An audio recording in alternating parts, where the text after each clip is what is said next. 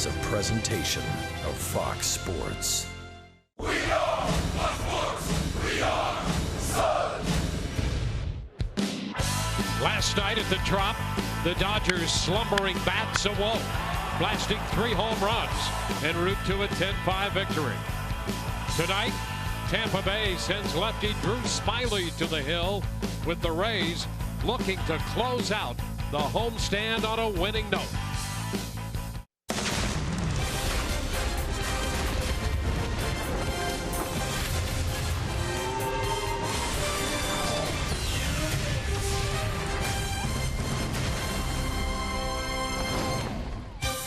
After starting the homestand winning 2 out of 3 from Baltimore, then dropping 2 of 3 to Toronto, the Rays in interleague play last night lost the first game of this 2-game set with the Los Angeles Dodgers. And so tonight, the Rays beat the Dodgers again to wrap up this homestand, hoping to break even for their time here at home.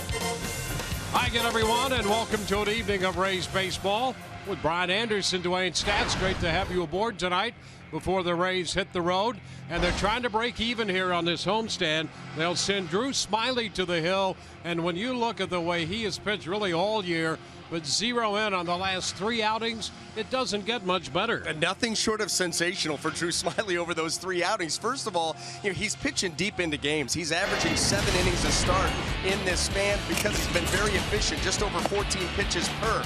Has deserved a better fate. Just a 1-1 record, but look at the ERA. He's given up just 3 earned runs, given up 9 hits in 21 innings, that opponent's batting average of 129 to go along with 25 strikeouts against just 4 walks. And he's doing it because, again, the deception and the fact that he is commanding 4 pitches to all quadrants of the strike zone. He'll look to keep that up here tonight. Overall, his record is 1-3 and not a lot of offensive help for the Rays lefty. Well, Steve Pearce is seeing his playing time and his offensive production moving in the same direction, up.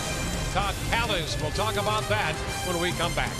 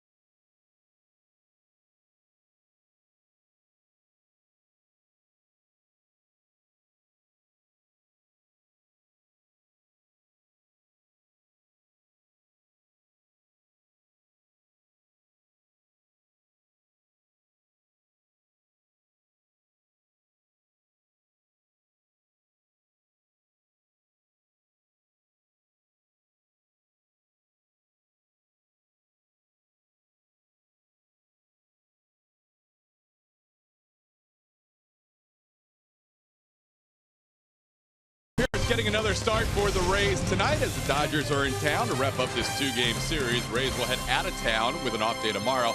Take on the Los Angeles Angels of Anaheim for a 3-game series over the weekend, and then into Seattle for 3 more games with the Mariners before returning back home.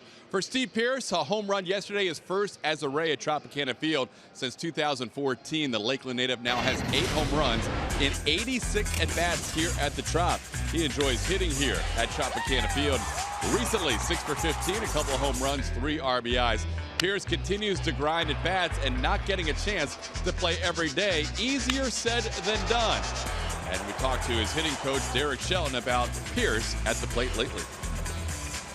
We've seen that in the past. You know, when he was in Baltimore, being in the East, he's competitive. He knows the role. He knows to come off the bench. He knows how to stay fresh. So, yeah, it was good to see him get a ball up and get him out of the ballpark. But the way his swing works, he can really give you good at bats, regardless if he's playing or not playing. Don't forget, it is a Wednesday, which means, oh, look at the fedoras. Yeah, baby. Ah, this is beautiful. I'm kind of emotional. I won't be able to tell you about the Twitter feed. At Fox Sports Rays with the hashtag AskRays. You guys look so good. Email us at foxsportsun@gmail.com. Dwayne and BA have all the answers to their new Rays fedoras right around the corner. His first pitch and Web Wednesday. Doesn't get much better than this at Tropicana Field. The Dodgers and the Rays. It'll be on the mound for Tampa Bay, Drew Smiley. On the mound for the Dodgers, Alex Wood. Couple of lefties. Up next on Fox Sports Sun.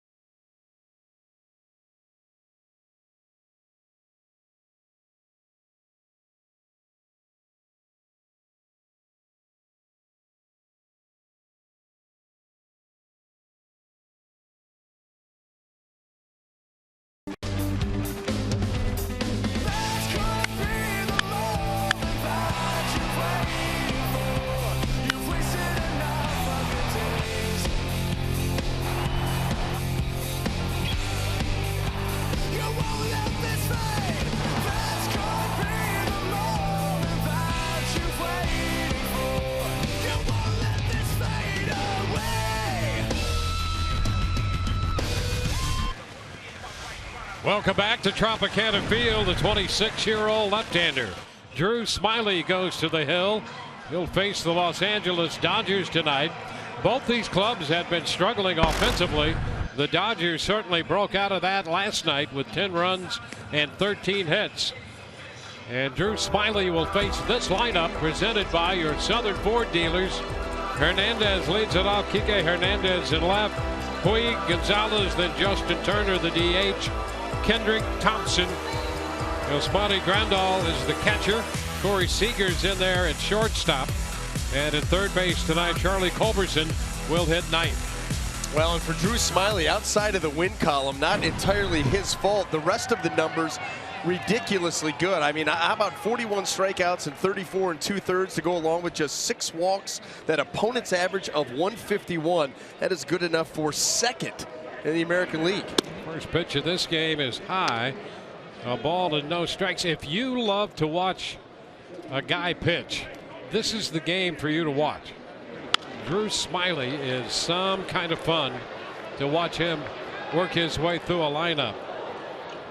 He's been really something this year in the 5 prior starts. You know, it starts with game planning, doing your homework, coming into a start prepared. You can check that off for Drew, but then you have to execute. And that is where really you earn your money, so to speak. And he has been fantastic this year. Drops the breaking ball in there. And he's ahead of Hernandez, 1-2.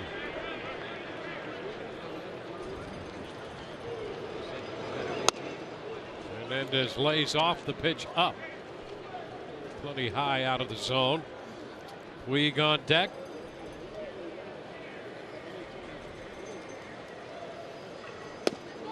Ooh, what a pitch. Backdoored him right there. Strike 3 call. I mean, that's just an example of what Drew will do. I mean, just you're talking about changing speeds, changing locations, changing eye levels, all in one at-bat, and then drop that curveball right on the outside corner, and Hernandez knew it. Immediately, the reaction, that was a strike, right? And he's heading back. 1 away. And now it's Puig. Strike 1. Well, that fastball can seem even quicker at times. Just hit 90 miles an hour on that one, but the swing, he blew that right by Puig, who got a little bit long with that swing, and now finds himself in an 0-2 hole.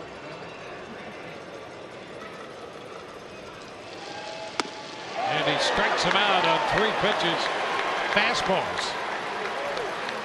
Yeah, that sequence speaks for itself. While you mulling that over, let's set the Rays defense for you. Brought to you by Golden Diamond Source.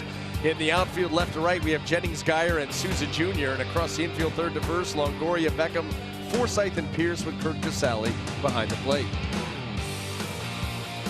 The 2 up, 2 down, a couple of strikeouts. And now it's Adrian Gonzalez. Upstairs, Gonzalez with the classic approach to hitting, a .290 lifetime average.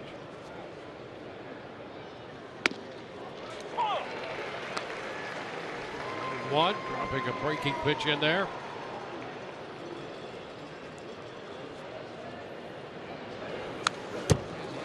1-2. Boy, I tell you, Smyly just sets his own pace. He's out there and automatically, it seems, in charge of setting the pace and the tempo of this game.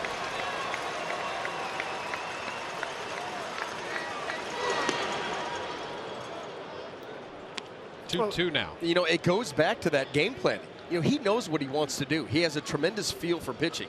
So he throws a pitch, and immediately in his mind, that's set up the next pitch, maybe the next 2. And you just go about, making swing pitches. And a miss. So 1, 2, 3 inning, 3 strikeouts. We're headed into the bottom of the first, and Logan Forsythe will lead it off for the Rays.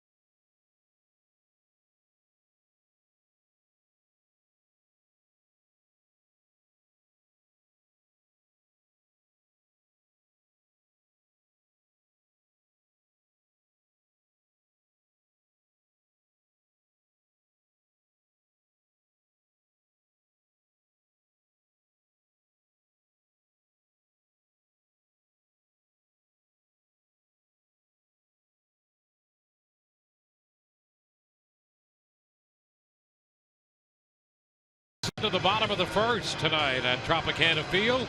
And the lineup presented by your Southern Ford dealers. Forsythe again leads it off, followed by Brandon Geyer and Evan Longoria. Steve Pearce in the cleanup spot. Then Steven Souza Jr., Corey Dickerson, the DH, and Desmond Jennings all in a row, and they're struggling right now. Tim Beckham at short. Kurt Casale will catch and hit ninth. Well, taking them out tonight for the Los Angeles Dodgers is going to be left-hander Alex Wood. You see his season numbers. He's coming off his best start of the young season against the San Diego Padres last time out. 7 innings, just 1 earned run to go along with 9 strikeouts. And the pitch to Forsythe. Takes a fastball, strike 1. Fastball in around 91, 92.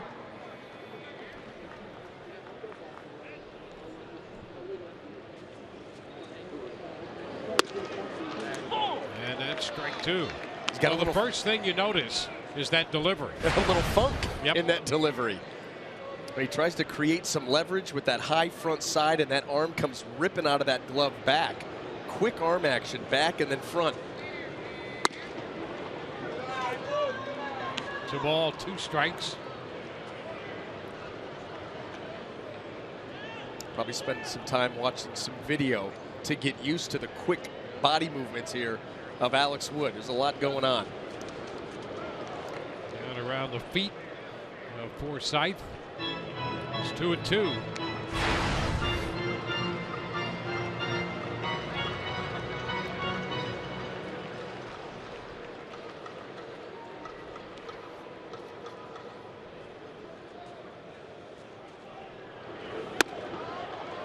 And after getting ahead of Forsythe, the count is now full. This is one of the attributes Kevin Cash was talking about last night with Logan Forsythe. Even behind 0-2, he's not expanding his zone. Continues to stay disciplined within the strike zone. And he's out on strikes. A fastball away. Got him. Well, let's go ahead and set that Dodger defense for you. Brought to you by Gold and Diamond Source in the outfield, left and right. We have Kiki Hernandez, Trace Thompson, and Yasiel Puig across the infield, third to first. Charlie Culberson, Corey Seager, Howie Kendrick, and Adrian Gonzalez with Yasmani Grandal behind the plate.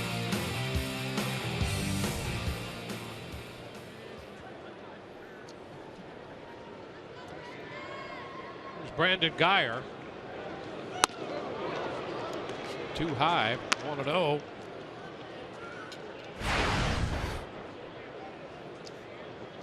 Geyer made the start as the DH and hit out of the second spot last night. Another pitch up. He was hit by a pitch and had a couple of base hits in 4 at-bats.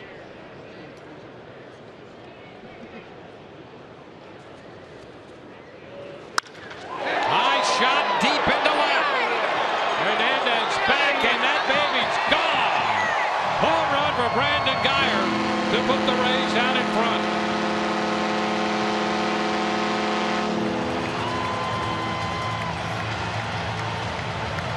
Brandon Geyer gives it a ride. Second home run of the year.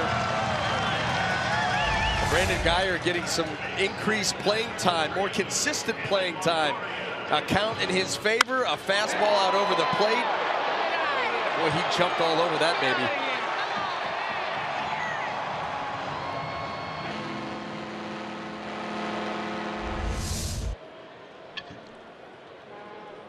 So Geyer continues to swing a very good bat as Evan Longoria takes a strike. Hernandez seemed to lose sight of that ball, and for good reason. He was well back into the seats. 0-2.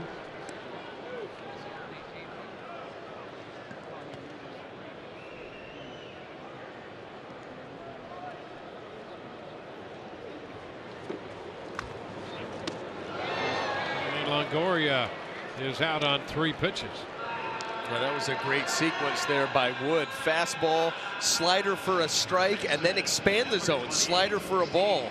Well executed on all 3, and you get a swing like this.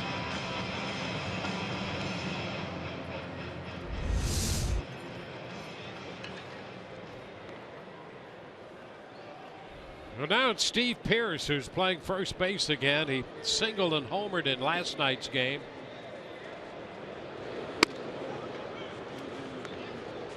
Which is wide, a ball, no strikes.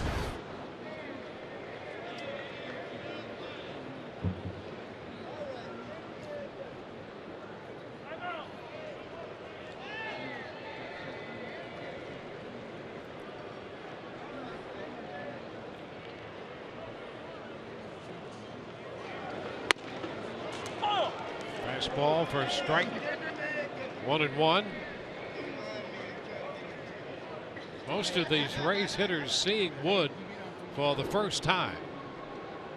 So not only do you deal with the deception of the delivery, but then the fact that Alex Wood has already shown the ability to use both of his pitches, or all of his pitches, to both sides of the plate. Seeing the fastball away, fastball in, backdoor breaking ball, back breaking ball down and in. He's throwing everything at the Rays here early.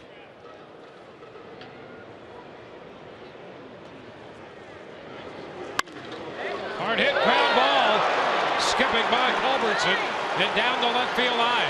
Pearce going to dig for 2. He is in there ahead of the throw. Double for Steve Pearce.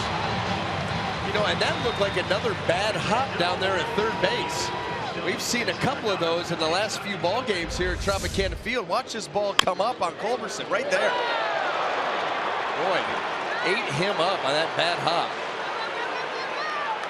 You know, that may have hit the seam with top spin on it, and it really took off. Yeah, and you know, when that usually happens, that ball stays down. The last 2 have come up. One on Evan, hit him in the throwing hand, and that one right there about spun Charlie Culberson's hat. Second double of the year for Pearce. And now it's Steven Souza Jr. Souza, 1 of 2 that hit a home run off Wood. And Souza Jr. right now 0 for 9. In fact, you get to Souza, Dickerson, and Jennings. Dickerson 0 for 19, and Jennings 0 for his last 24. That's a combined 0 for 52. The Rays really need to get some production out of that trio. Well, there's no doubt. It seems that once one Ray starts to heat up, 2 others cool down. Can't all put it together. 1-1.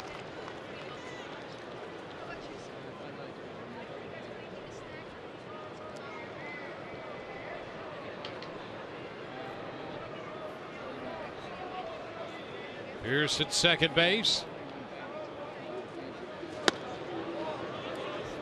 Upstairs, 2-1. Well, these are the types of counts that have really hurt Alex Wood. You get to the 2-1 count, we look up some of these numbers. Most of the time it's obvious, but with Alex Wood, on base after this count against him is over 600. It's astounding. It is. It really is. You know, we talk about the 1-1 pitch to 1-2 or 2-1. To 1-2, the on base percentage less than 200. If he goes 2-1 on you, that one pitch, it goes up to over 600 going forward. What a span that is. Yeah. Sometimes you'll see, you know, a difference of 150 points. Maybe if it's really extreme, you get up into the 200s. Over 400. I mean, that's how important pitching ahead is for Alex Wood, at least in the early going. Well, then here's a conference 2-1. They're getting together. They want to. They're aware of that. They want to make sure that they make a good pitch here. Well, you come with a behind in the count fastball to Brandon Guyer, and it's still ringing in my ears. Into right field liner, and it's going to be caught by Puig, retiring the side. Rays get a run on Brandon Guyer's second home run of the year. They leave a man picking up 2 hits. And at the end of an inning, it's 1-0 Tampa Bay.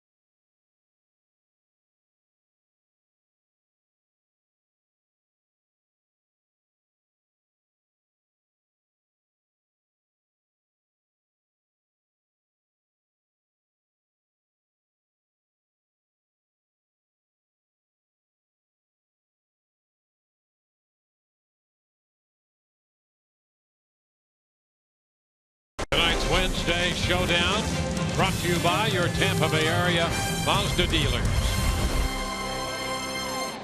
Well, the Rays, as they did last night, start the game with a 1-0 lead. Justin Turner takes a pitch for a strike. I know who's excited about that. It's that man on the mound. You know, Drew Smyly's not pitched with the lead very often. He had that one game in New York. Think about this. Coming into this ball game, he had thrown 34 2/3 innings. And in those innings, the Rays had scored him 11 runs, 5 of which came in 1 inning. The first inning in his start against the Yankees in New York. I mean, so it's been few and far between he's been able to go out there with a lead and work with that. A lot of scoreless games, tight games, very little margin for error. Well, you'd like to think that a pitcher is not mindful of that, but it's hard not to be. It is. And you know what? You're right. The way you approach it is you're not mindful of it. Even though you are, you have to go out and listen. If you're not going to swing a bat, that's out of your control. Don't worry about it. Full count here to Turner. But it is nice to every once in a while go out there and be leading in a ball game. Give you a little room to work. Yeah, I mean, please. 3-2 now, and it's down. He loses Turner and puts the leadoff hitter aboard in the second inning. Tonight's Rays broadcast can make you a winner. Enter now for a chance at tonight's Rays Up to Win prize. A meet and greet with Kevin Kiermaier. 2 lower box tickets and 2 autographed Kevin Kiermaier jerseys. The winner's name will be shown live on the air in the 8th inning. Just visit RaysBaseball.com/RaysUpToWin to enter. Go online now to register. Rays Up. Here's Howie Kendrick, who did a lot of the damage last night against Rays pitching. And he's out in front and over that changeup. Strike 1.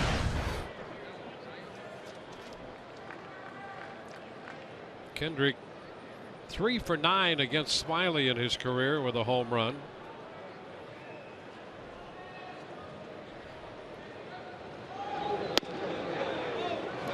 One and one. He has more at bats by far than anybody else on this Dodger team against Smyly.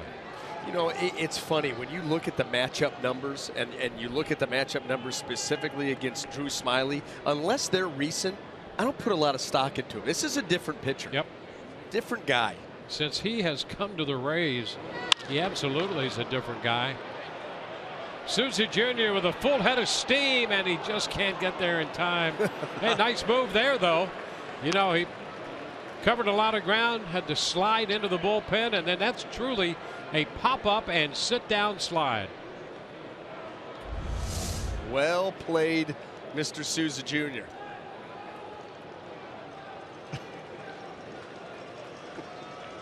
Grace under duress.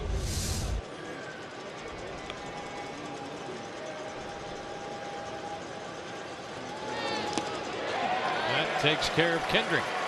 He is out on strikes. First 4 outs recorded, all strikeouts.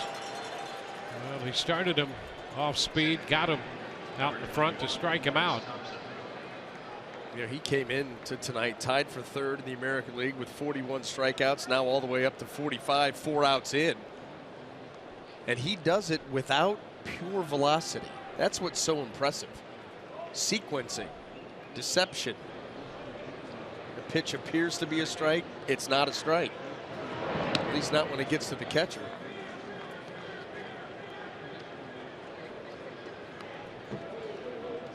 There's Turner, who walked. Kendrick out on strikes. Thompson at the plate. Had a home run off the C ring last night. And now he takes a strike.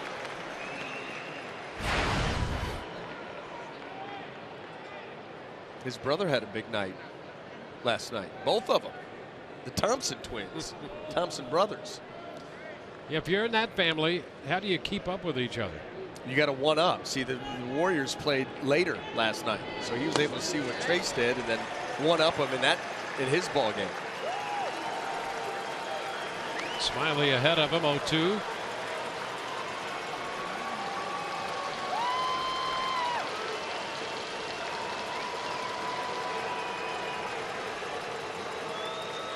Dodgers come in a game over 500. The Rays now dropping 4 of their last 5 are 3 under at 11 and 14. Oh, this one gets away from Casale. Down to second goes Turner. He'll make the turn as Casale had to run it down near the steps in front of the dugout. Wild pitch moves Turner up to second. That short breaking ball is going to find the 5-hole. You'll see it right here on the plate, short. It stays down, and Kurt Casale does not get the glove down far enough. Doesn't close up that hole. It squirts through, actually off the right foot of Lance Barnett. That's what redirected it towards the Dodger dugout.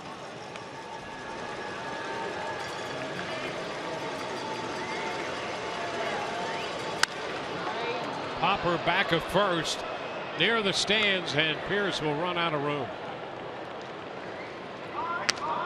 So it's still a ball and 2 strikes. There's the Thompson home run. He got ahead 2-0 last night and connected off Matt Moore.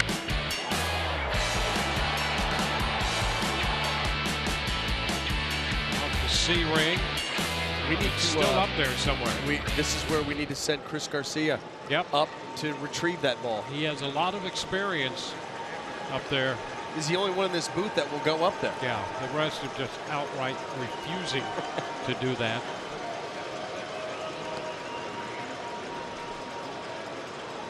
Chris is the Lord of the Rings.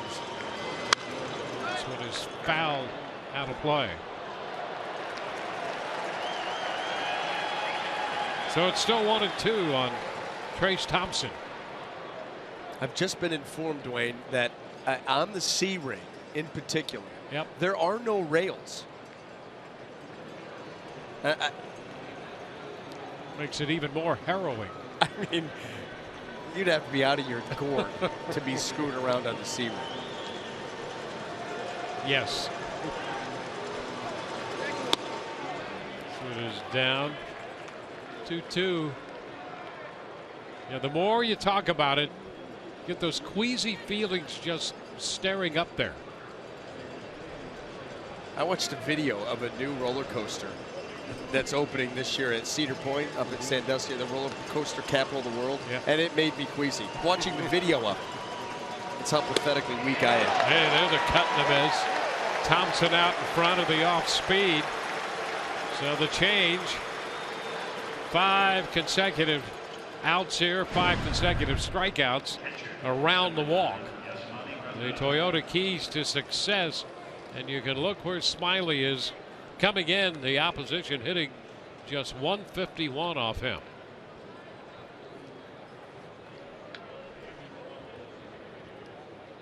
Here's the catcher, Yasmani Grandal.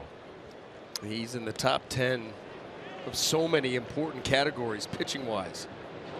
Doesn't walk a lot of guys, racks up the strikeouts, soft contact. You know, one of our favorite metrics, one of our favorite stats is BABIP, the batting average on balls in play. He has the lowest in Major League Baseball, 173 coming into play. So you're just talking about missing barrels. And tonight he's missing bats. So pop up. And Beckham's going to make the catch. Walk. That man left on. Bottom of the second coming. 1-0 Rays.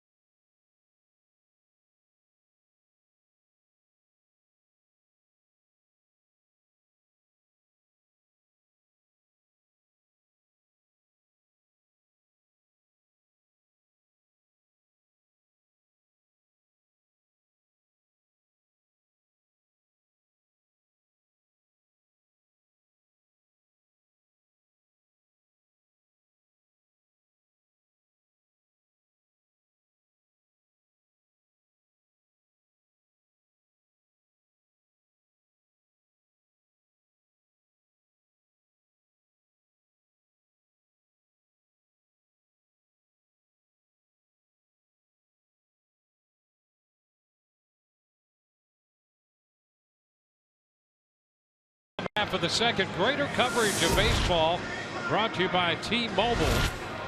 And how about Jake Arrieta? The Cubs off to a great start and dipping back into last year in his last 18 starts. He is 17-0, but look at the numbers to go with that record. You could organize a game in your backyard with the neighborhood kids and not put up numbers like this. I mean, that's just ridiculous. He wins every time he goes out. A couple of no-hitters. Almost gives up, well, a little over half a run a game.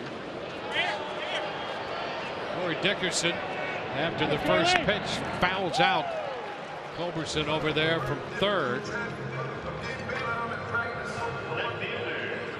This is the longest hitless streak in Dickerson's career, now 0 for 20. And Desmond Jennings, who's 0 for 24, will step in.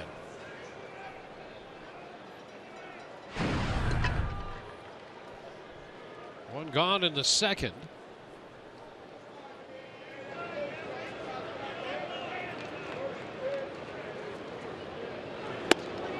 A strike, a fastball on the outside corner.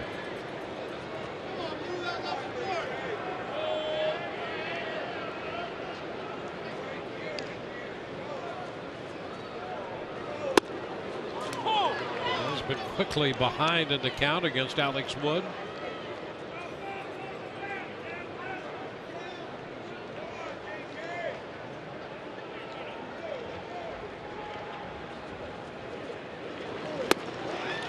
Out on strikes. 3 pitches and a strikeout. Let's check in with Emily quickly. Emily? Dwayne, loving those hats before the game. Those fan doors were awesome. So we have Web Wednesday today, which means that we're taking questions. Email us, foxsportssun@gmail.com, or on Twitter using the hashtag AskRays. This first one is coming from Steven Anders. It's on the offense. Why hasn't this offense been destroying other teams, and what do they need to do to get this offense fired up to the potential we all know that they have? That is the $64,000 question. Coming out of spring training, the Rays legitimately thought that they had upgraded the offense. And I think Kevin Cash still feels, well, here's the thing. You've got, as we mentioned, Souza, Dickerson, and Jennings combined now with an 0 for 55. We know that those 3 are much, much better hitters, and that's not going to go on forever. So you would think just the law of averages at some point would take over. You would. You know what you see? Outside of a couple of guys, you see as a collective a group that is pressing, a group that has become undisciplined, and a group that is expanding their own personal strike zones. And it's all happening at once. And that's what's making it difficult. You know, like I said, the couple of hot guys that you have in the lineup, you know, a lot of times it's, you know, maybe Forsythe up at the one spot and Kevin Kiermaier gets hot. He's hitting 8th. There's nothing really put together. A lot of other hitters struggling, and they start to press. And when you start to press, you start to expand your zone. And that's what you're seeing. And that's the problem right now. Bases empty, 2 outs, and there's strike 3. A fastball taken by Beckham. 1-2-3, go the Rays. 1-0 Tampa Bay.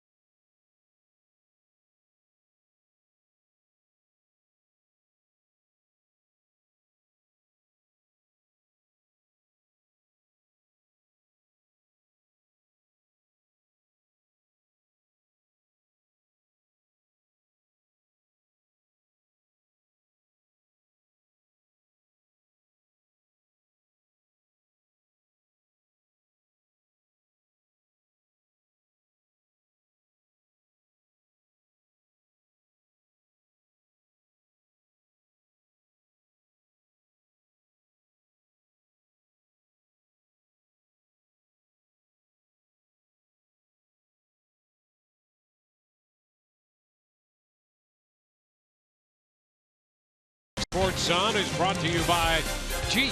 Visit Jeep.com to learn more. By Bright House Networks. Visit BrightHouse.com. By your local Toyota dealers. Let's go places. And by Tampa Bay Radiation Oncology. When cancer strikes, strike back with CyberKnife. Corey Seager fouls the pitch away, facing Drew Smyly. Strike one. Seager starting the night at 248. And boy, do the Dodgers think a lot of this young infielder. Expecting great things for him. It's 1-2. And he's facing a pretty good challenge tonight in Smyly. Yeah, and if you're looking, at the two lefties that he had the chance to face, you think about Matt Moore or Drew Smyly. This is a tough matchup. Matt Moore a little bit more traditional, the four-seam fastball, curveball, changeup. Drew Smyly, he comes at you with, just start naming them off, one after the other with impeccable command. Full count. Either way, it wasn't going to be easy. I'll tell you that much. Fouled up the right side. Well, Smyly, since the trade was made at the end of July in 2014, and the Rays got him from Detroit, he's made 24 starts, and in 17 of those starts, he's allowed 2 or fewer runs. Oh, close pitch there, and he walks Seager. And you can see staying away from Corey Seager with just about everything. That's one of the things the Dodgers like about him. He's got good plate discipline. He creates good leverage. He recognizes pitches well, makes adjustments well, all for a young player.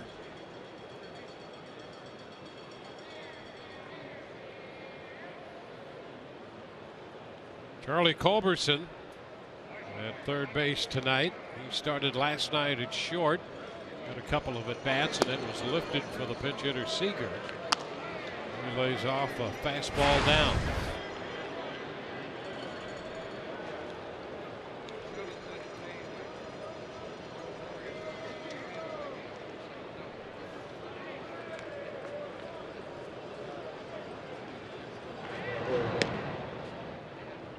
So a little toss on Seager.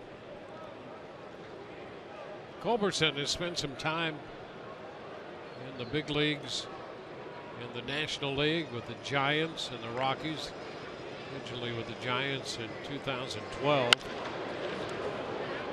Rolls it foul, and behind Chris Woodward, the third base coach.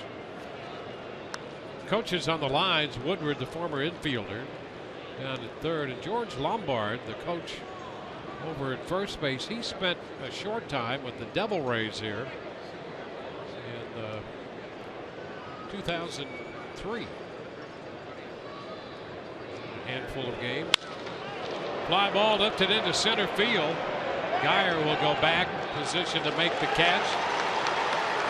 Seager went back to tag, but hangs on. Culberson is the first out. I meant to ask you this last night, but what is your take on the Los Angeles Dodgers, the batting helmets? The sheen, the gloss is gone, more of a matte blue. One of your cars was like that. You still have that vehicle? No, I don't. But you like the matte. It was pretty cool. Well, I thought it was pretty cool. Half the population was asking me when I was going to get it finished and what color I was going to paint it. So,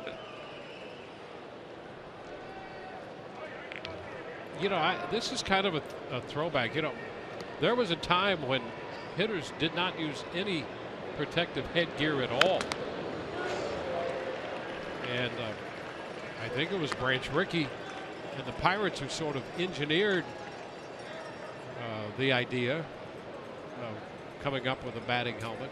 And the Pirates, with their colors, had a black batting helmet. And as I recall, this is kind of a throwback. They sort of had a matte finish, at least on some of their helmets, for the first few years.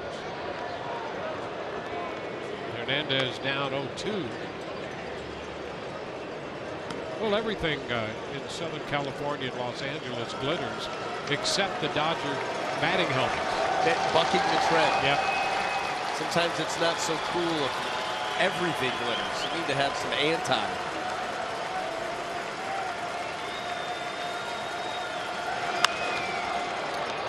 Popper, Beckham out from shortstop, making the call. Never taking his eye off that pop-up. 2 gone.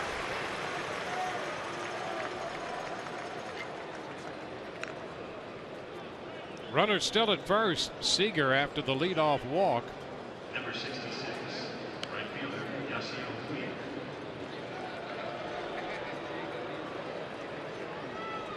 Yasiel Puig, the hitter.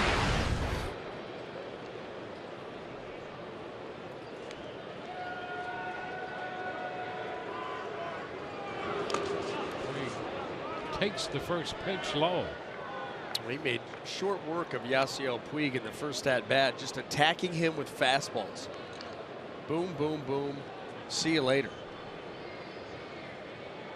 And now that you've put that in a hitter's mind, you know, he becomes determined to not let you beat him with the heater again. It opens up a lot of other possibilities. And a strike taken. Maybe he can't see the heater. Well, it almost appeared that way. Nothing. First time up. And how about that? Yeah. I mean, that's just 90 right down Broadway. 2-1.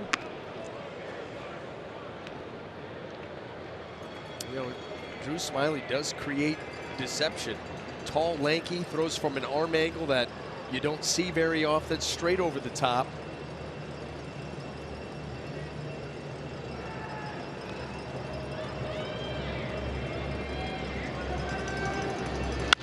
Ground ball sharply hit up the left field line. It kicks back out to Jennings. Seager rounds it at third, and the throw back in. He's back in on the double by Puig. Second and third.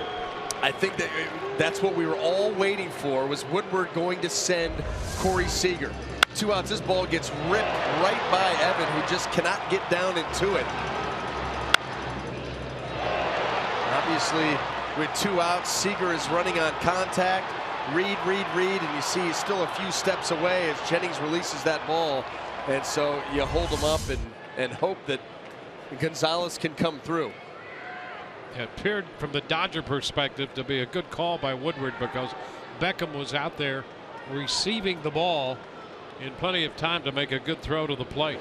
Now here's Adrian Gonzalez, and he takes a close pitch for ball 1. So 2 men in scoring position for the Dodgers.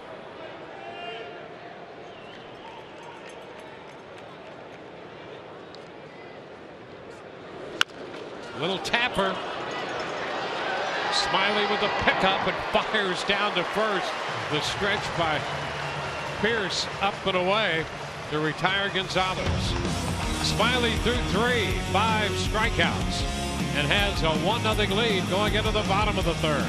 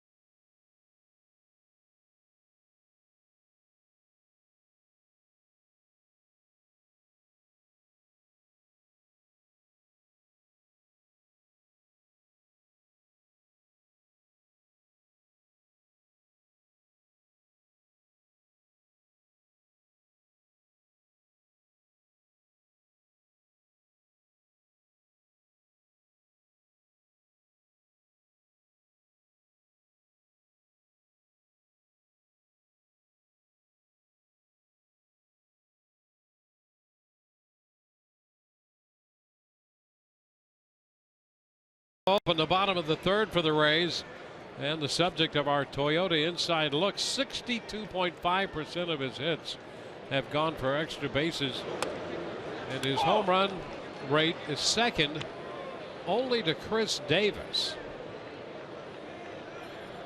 Boy, we're caught up in the numbers craze too. Yes, we are. It's pretty good right there. Yeah. Someone's doing their homework. Glad we have a producer.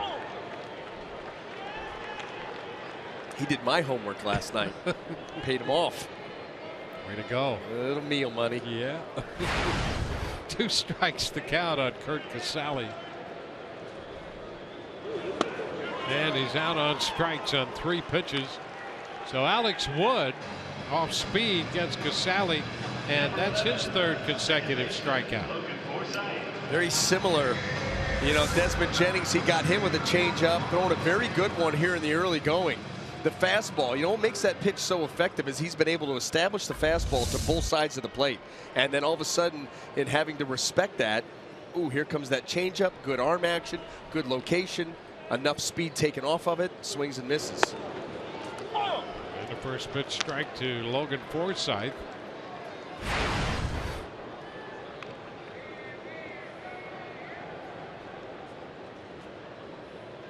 Alex Wood 1-2 with a 482 earned run average coming in. Gonzalez and the toss to the pitcher. Wood coverings in time. Well, that's a nice play. Made to look very easy, but Adrian Gonzalez moving to his glove side, going down to a knee. Then you got to get up, find the pitcher, and lead him to the bag.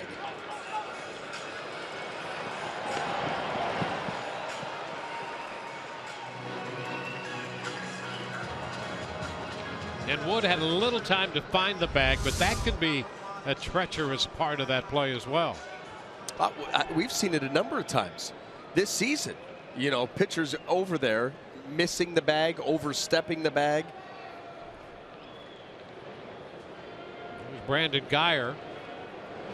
I don't know how you would miss that bag when in spring training for 20 minutes a day you cover first base. I mean, it really gets to the point where you're like, hey, listen, guy, I got it. I know where it's at, and I know how to get there.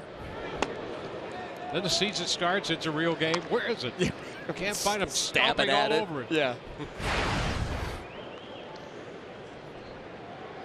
Guyer up in the count, 2-0.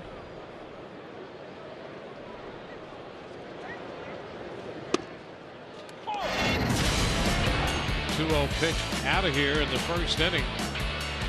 Second home run of the year. First one came off John Danks back in the middle of April here at the Trop. And now the count goes to 2-2. Boy, Brandon Guyer not getting cheated on his swings here tonight.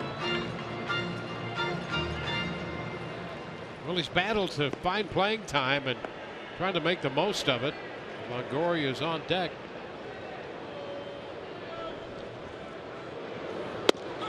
Ooh, on that outside part of the plate.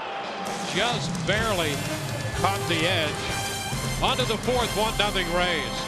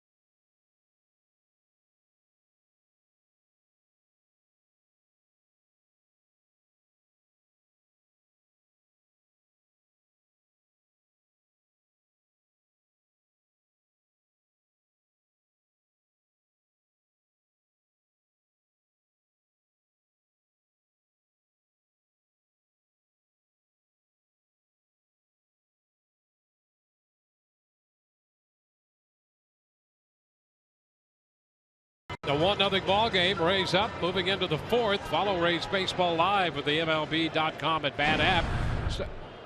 Stay up to the moment at any moment with Game Day, live game video highlights, StatCast, and more. First pitch is a strike to Justin Turner. You can download MLB.com at Bat, the #1 app for live baseball on your phone and tablet.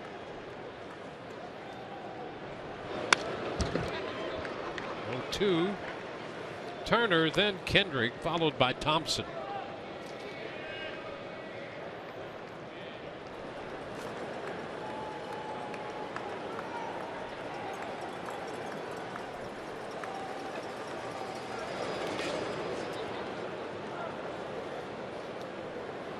Turner worked the count full and then walked in the 2nd inning.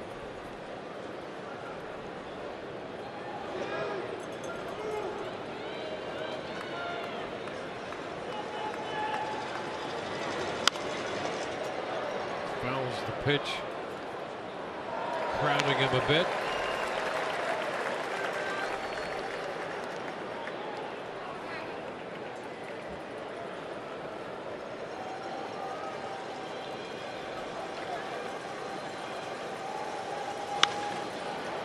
In the right field, Souza Jr. right there for him. On the way.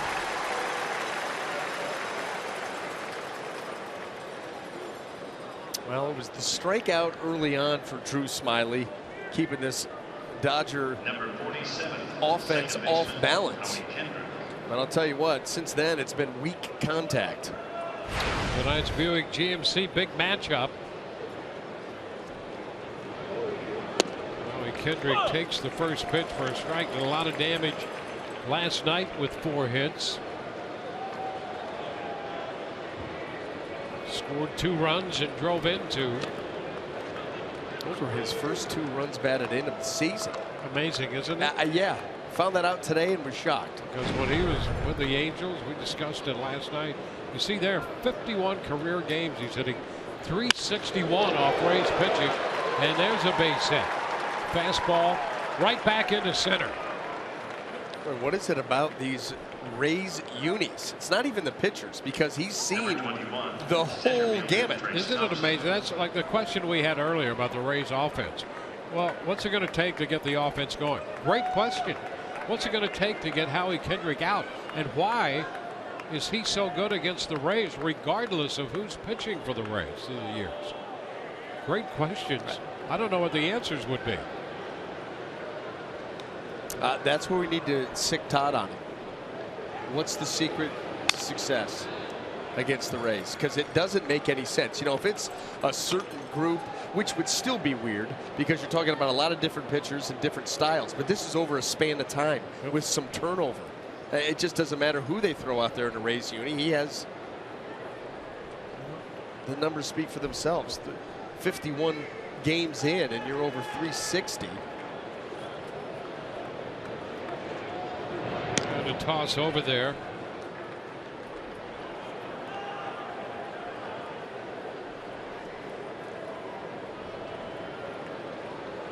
Kendrick's asking Pierce if he could play games more often here.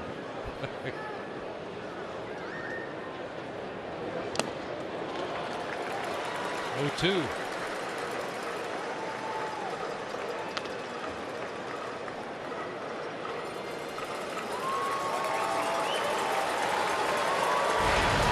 Scoring game involving Drew Smyly doesn't give up much, and for the most part he has received very little support.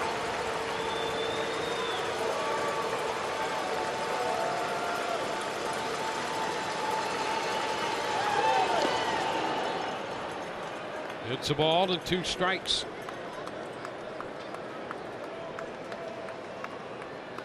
The Dodger catcher is on deck.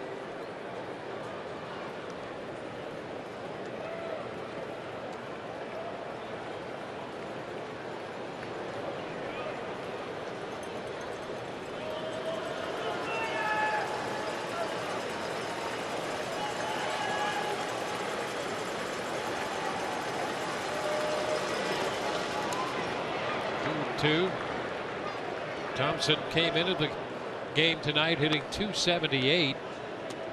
Over .330 against left-handed pitching this year so far. Dodgers got him from the White Sox.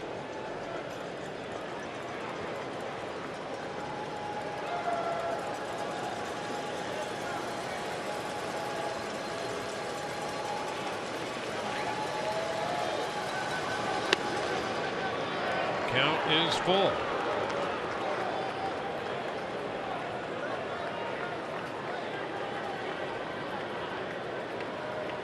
Third full count Smiley's had. He went 3-2 to Turner in the second, walked him. 3-2 to Seager in the third and walked him. Now he's 3-2 to Thompson in the fourth. And for the most part, a lot of the success of Drew Smiley has been predicated by the fact that he stayed away from the walk. He has just not allowed base runners. Tremendous batting average against. We've seen that. His walk rate is outstanding. Just over. Walked only 6 in just under 35 innings coming into this game. Chopped to short. Beckham will charge and throw to first. Out over there. And Kendrick moves into second base.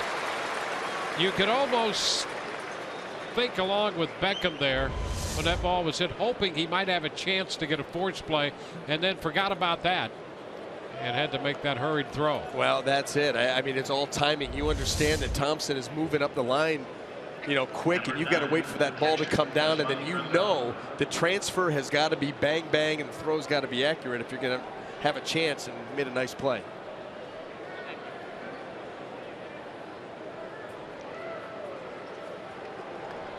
There's Monty Grandal up here.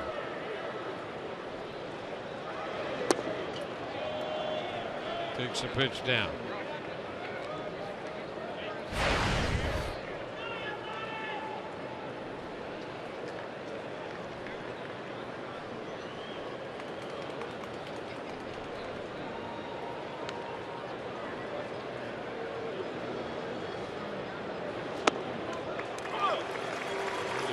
It's 1-1. Speaking of Beckham, he's had a chance to start in 3 of the last 4 games at shortstop. He's done a nice job. There's nothing like getting out there and actually playing a position on a semi-regular basis to increase that comfort level. Ground ball, and that was just by him. Kendrick headed to the plate. Run will score. Throw cut off by Longoria. And now they're going to get Grandal in the rundown. And Pierce tags him out. But Kendrick scores the run. And we're going to go into the bottom of the fourth, tied 1-1.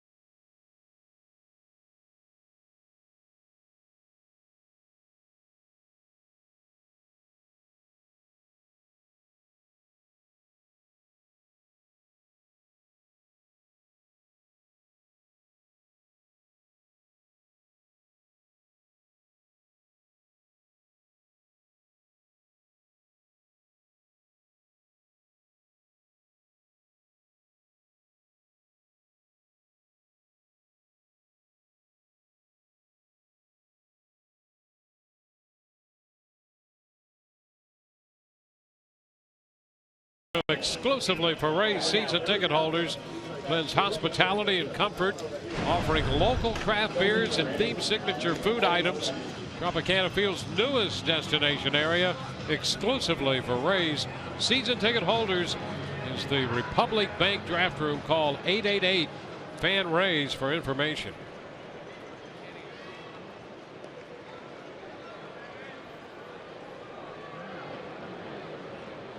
Evan Longoria about to lead off the bottom of the fourth for the Rays. Then Steve Pearce and Steven Souza Jr. against Alex Wood, who has settled in. And pitched very well for the Dodgers. Rays had a couple hits, including a home run in the first. And with the shift on, Kendrick on the shortstop side of second throws out Longoria. That's 4-3. Well, played right into that. Reached for a pitch that was away. Tried to pull it right into the teeth of the shift. And that's something that Alex Wood, coming into this start, he had the highest ground ball rate in Major League Baseball, up over 60%. Yeah, it's pretty amazing for him. I mean, his career is almost 50%, and it's even better this year. He's got some outlying numbers that really, you look at a guy's that I love when you face a team that you don't see very often. You look at the pitchers and you're starting to break them down on, okay, why is this is his record 1-2, 4.82 in 5 games. What stands out about Alex Wood? And you start going down through some of the numbers and you're like, whoa, I mean some outliers. Yeah, I mean like really great and really bad. Right, like the after 2-1, 1-2, the difference in the on-base percentage over 400, the batting average with runners in scoring position, the fact that the on-base percentage leading off an inning is over 450. So you're almost going into the stretch every other inning from the get-go. Makes it tough to pitch. Start to understand some of the inconsistencies with him so far. Here's Pearce sending this one into right center, and Puig just sails right over there and makes the catch. Not an easy catch, and he made that appear to be almost routine. No, Puig is a tremendous athlete. I mean, really can cover ground. He's got a strong arm. That ball hung up just long enough. Off the bat, you like the trajectory, but as it hangs up there, you're like, 66 has got a chance to run this down, and he did quite easily.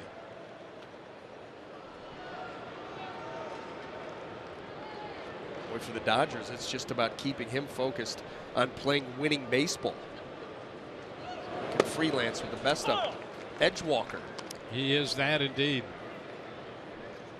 Steven Souza Jr. takes a strike on the corner.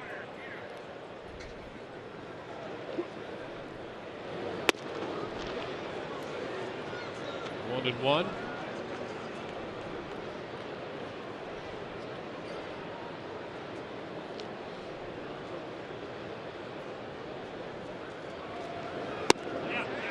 Did he go? No, says Dale Scott. 2-1. Alex Wood, originally with Atlanta. He was drafted out of the University of Georgia by the Braves and went to the Dodgers last year in a multiplayer deal. Played 20 starts with Atlanta and 12 with the Dodgers. Just 25 years old. Shot for the corner and missed. It's 3-1.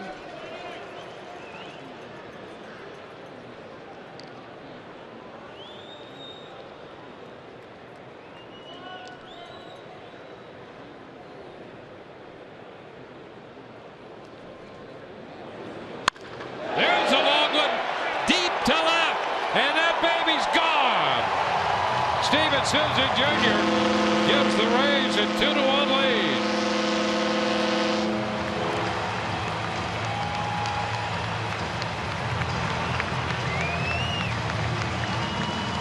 Souza snaps his 0 for 10 with a home run, his 6th of the year. Well, I'll tell you, when the ball comes off his bat, it really has some hair on it. This breaking ball, trying to throw it backdoor, and it sweeps to the middle of the plate. And Souza Jr. just lifts it up and out. They blast to left to give the Rays the lead once again.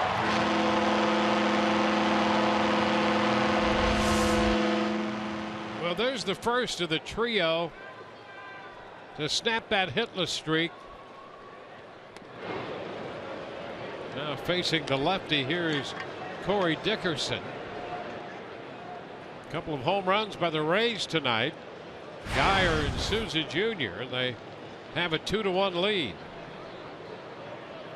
And this really has been pretty representative of the Rays' offensive approach this year. They've hit 32 home runs now.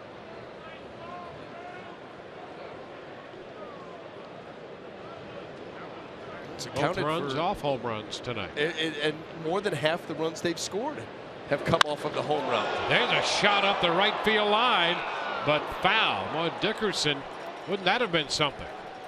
But he pulled it just foul.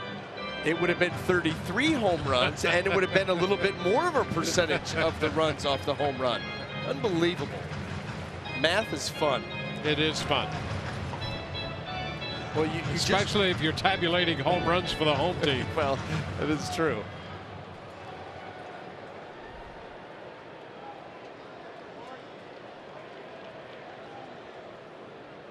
You just don't want it to become the only way that you score. You know, you want to have some different avenues to be able to score runs, not be one-dimensional. Dickerson chased the breaking ball. He's out on strikes, but the Rays get the lead on one swing of Steven Souza Jr.'s bat. Through 4, it's 2-1 Tampa Bay.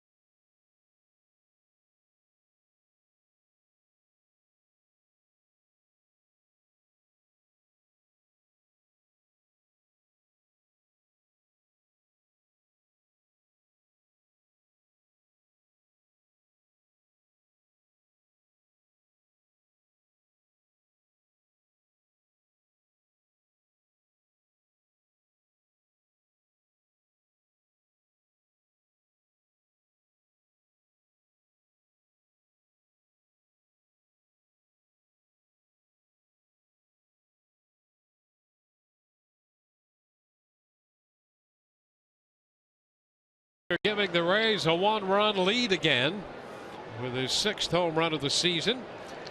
So we go to the 5th now, 2-1. Corey Seager, the shortstop, leads it off. He's the 8th place hitter. Taps this one, kicking foul outside of the third base line. Seager, then Culberson, followed by Hernandez.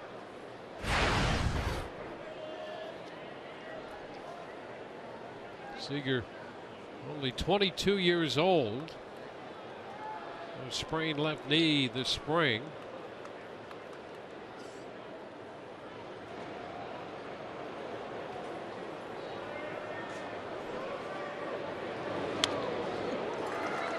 The Dodgers will tell you that his approach to hitting is beyond his years, that he's very disciplined up there. They like his pitch recognition. 1 ball, 2 strikes. Dave Roberts, the new manager.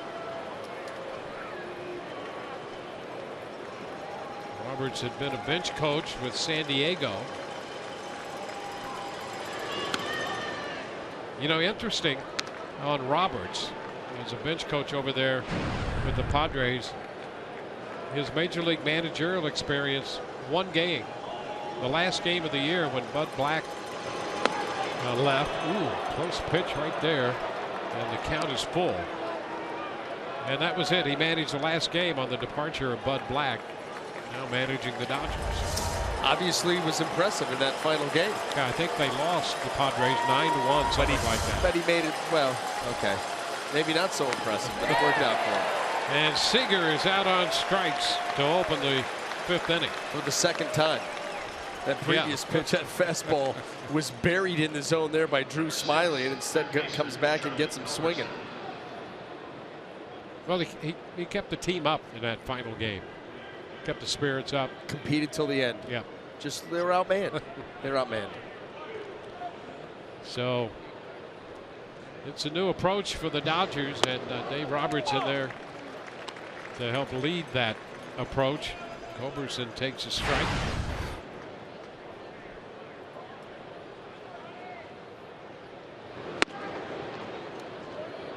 1-1. Roberts to UCLA. His dad was a Marine.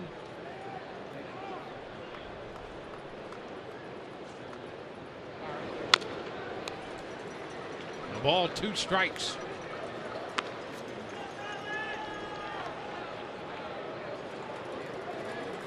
Hernandez, the leadoff man on deck.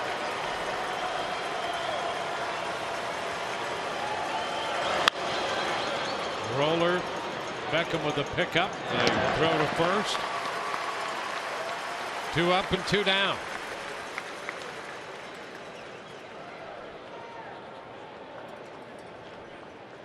So the Dodgers will send their leadoff man to the plate for the 3rd time tonight. Kike Hernandez was called out on strikes in the 1st and popped to Beckham at short in the 3rd inning.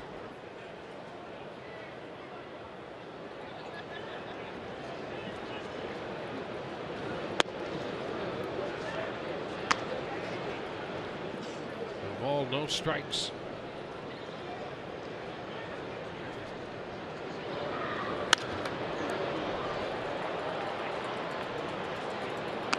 You look at the Dodgers, and we talked about a little bit last night about what they've done over the last few years. Last year won the division again, 92-70.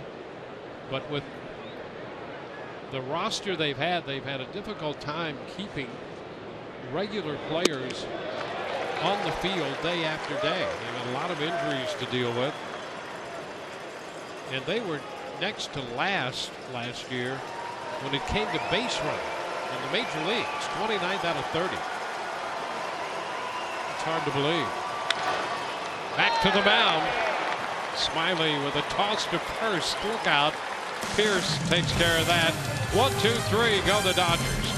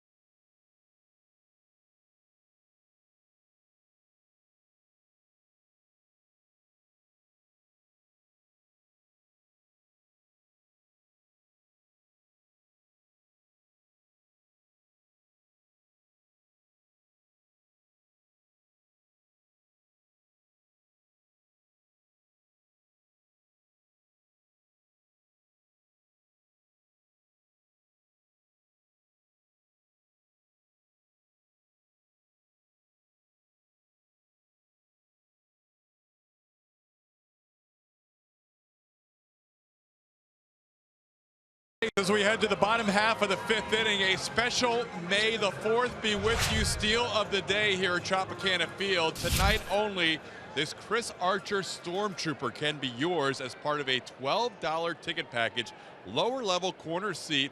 Tonight only, go to raysbaseball.com/steal or call 888-FAN-RAYS. Guys, what a bobblehead this is. This is the full Chris Archer hair in a Stormtrooper outfit. May the 4th, special steal of the day. Rays have come up with another unique item again. I got one question. How does he get that helmet over that hair? There's no telling. Fly ball right center, and Puig and Thompson come together out there, and Puig makes the catch.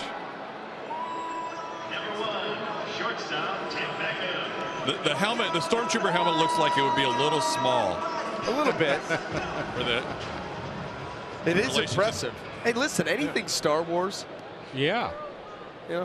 Oh, that's sure to be a collector's item immediately. Yeah. Well, I mean, listen, unique giveaways all the time. I'm still in love with the baseball with the finger. Oh yeah, tip. Absolutely. Different. Yeah.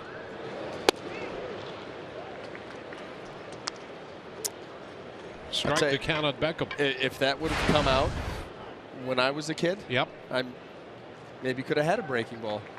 Didn't really know what to do with my fingers. But you just don't want to start throwing that breaking ball too soon. Well, it's true. Be careful about that. And if you can have the discipline to know how to throw one and not throw it, which is problematic. Yeah. You know, if they know how to throw it. Yeah, no, don't throw it. Oh, I'm gonna sneak around. But and they throw can't one. hit it, and it moves. Yeah. Looks like Alex Wood's breaking ball here tonight. Yeah. Beckham bounds it back. He made that one mistake to Souza Jr. And when you go back to that home run, and you end up, we'll see it on the replay over and over again here tonight. But that's the danger in trying to backdoor a breaking ball, because you try to throw it backdoor, and all of a sudden you spin it to the middle of the plate. That's where you get into trouble. It's a high risk, high reward pitch. Beckham is battling, fouling another 0-2 pitch. Well, here's that pitch again. Yeah, watch for Grandellis. They want this broke straight. Oh, yes, he started it where Yasmani was, but it ends up in the middle of the plate. You want to start that off the plate right to the corner. That's a tough pitch to execute. If you do it, the at-bat's probably going to go well for you. If you don't execute it and you yank it to the middle of the plate, that's what can happen. Another foul ball. It's reminiscent of Beckham last year when he would get behind in the count and then foul off a number of pitches and work a great at bat. He's down 0-2. This will be the 6th pitch of this at bat.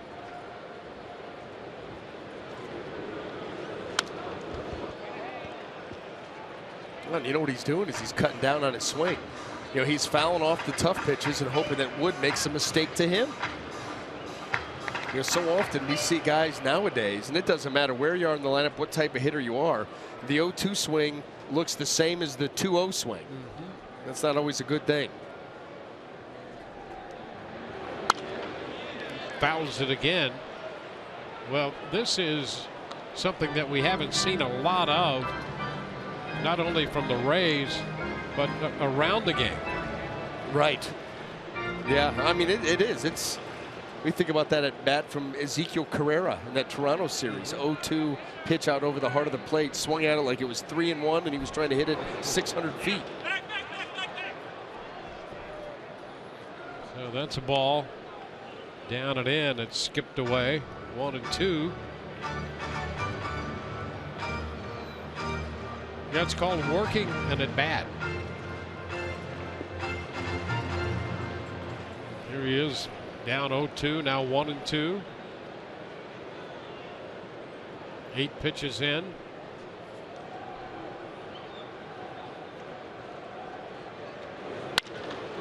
Ground ball by the mound.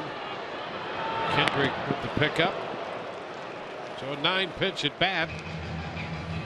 2 gone. Kurt Casale on his way to the plate. Rays are going to get a little action up in their bullpen. The Erasmo Ramirez starting to loosen.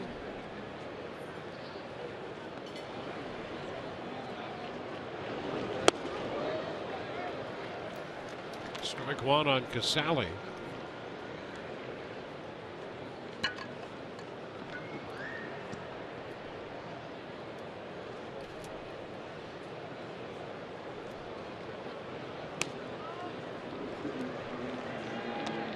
It's 1-1.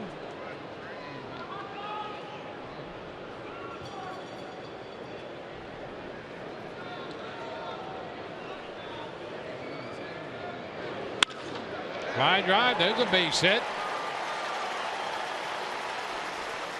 Off speed, and Casale sends it into center field, a 2-out single. That changeup, it's been effective. This one off the plate. Look at the coverage there by Casale. Use the middle of the field and cover the plate and then some.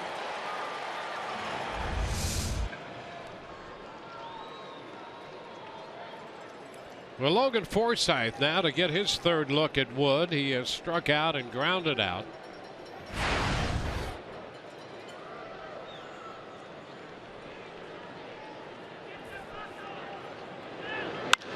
And he pops him up. Kendrick, the second baseman, waiting on this one. And the Rays are out in the fifth, leaving a man. 2-1 Tampa Bay.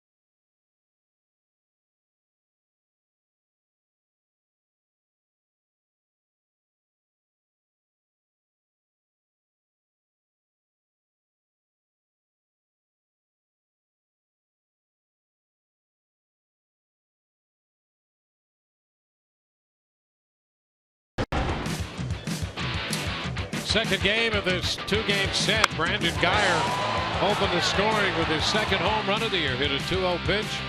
Fastball into the seats and left.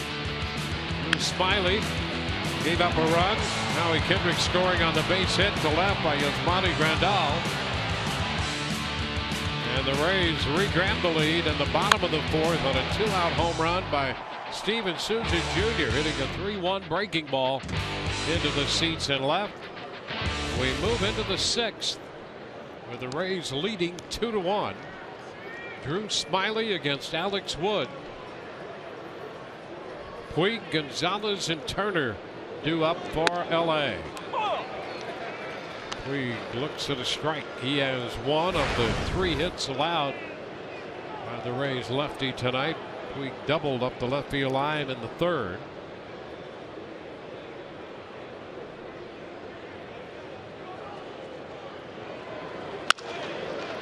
Third base again, foul this time. As Longoria got to that one. He was closer to the line. He just could not quite get that one in the third. It went by third and up the line for a double. Yeah, he's stationed now where it would be a crossover step and a backhand would be enough to cover all the way to the third base chalk.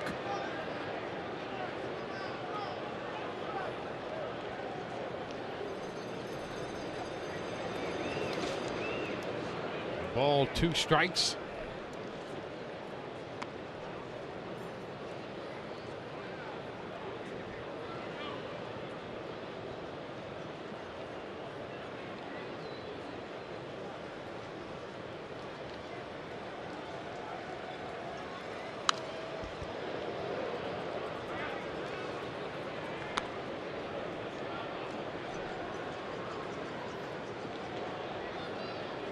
Six strikeouts for Smiley. He's given up 2 walks tonight, 3 hits, 1 run. It's not a wild pitch.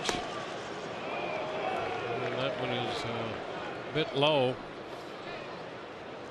The curveball, and we took that one.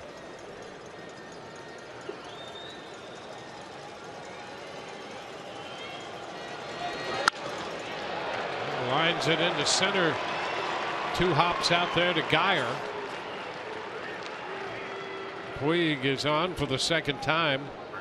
4th hit allowed by Smiley. Our Cold Hard Facts brought to you by Clean Chris Coors Light. Andrew Friedman, who now is the president of baseball operations for the Dodgers. These are some of the moves he made with the Rays, bringing in Ben Zobrist in the Aubrey Huff deal. Matt Garza, Jason Barton in the deal with the Twins. Chris Archer, and he's spending time now with Matt Silverman, those 2 being reunited, visiting here with the Dodgers in for 2.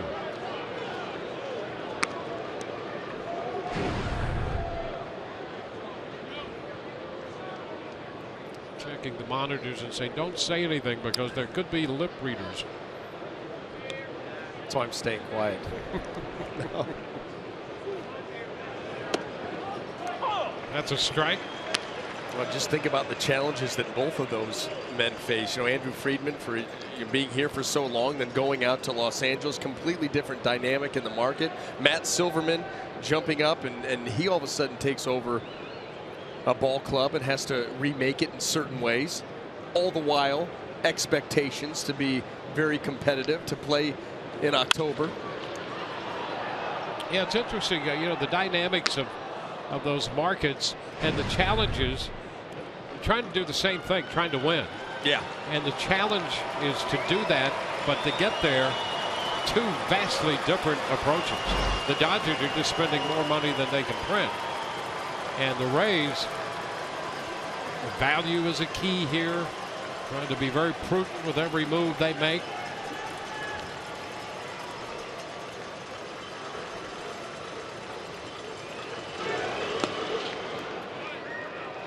Two and 2 now to Gonzalez, and at the same time, both using a healthy dose of the sabermetrics, and maybe trying to blend in a little traditional baseball as well, but heavy on information now. The whole game has moved in that direction. No question.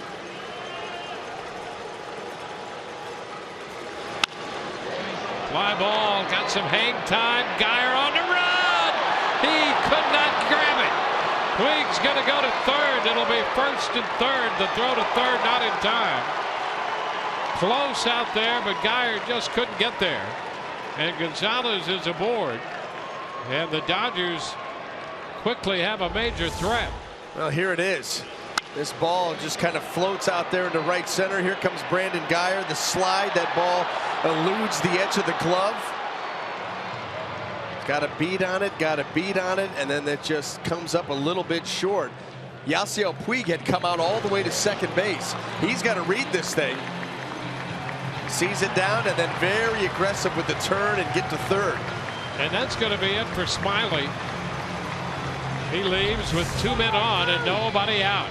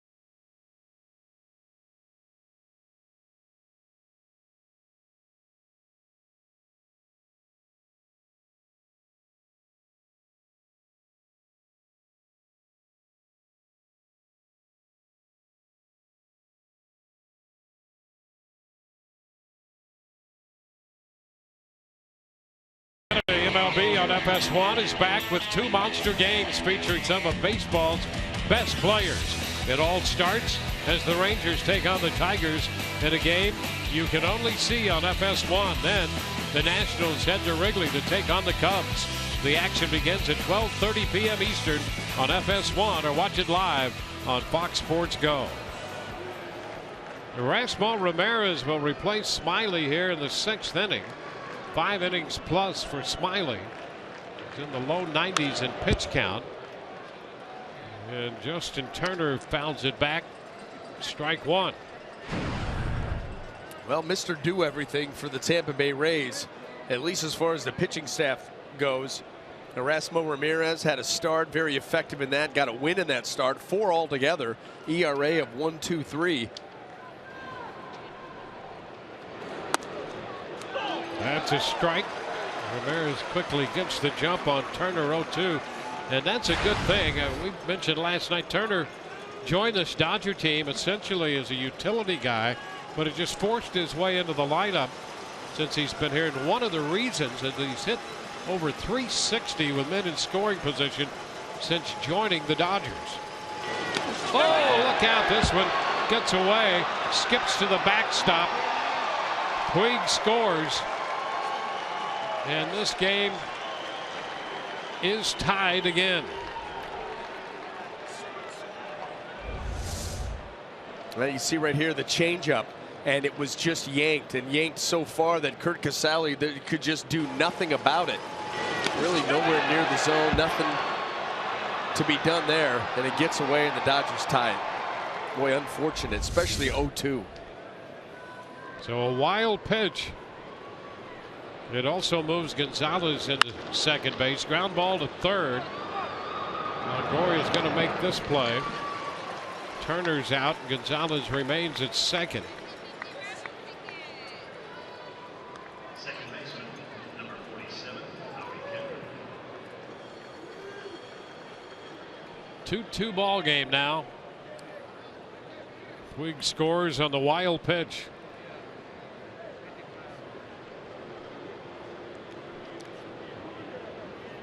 Howie Kendrick.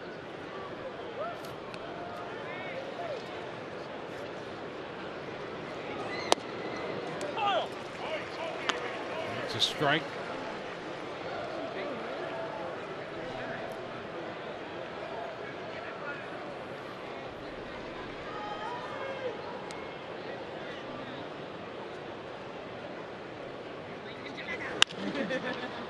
Foul the other way, out of play. Beyond the bullpen, nothing in 2. Puig opened with the base hit. Gonzalez reached on that near catch in center field. He's now at second with 1 out, a run in.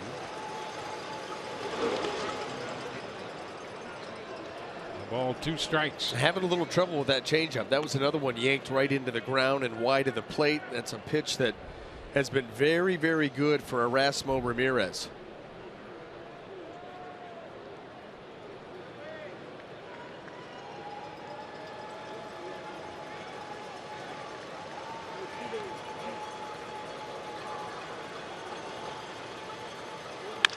Ground ball, shortstop. Beckham's throw to first in time, and over to third goes Gonzalez. 2 gone, a couple of ground balls after the wild pitch.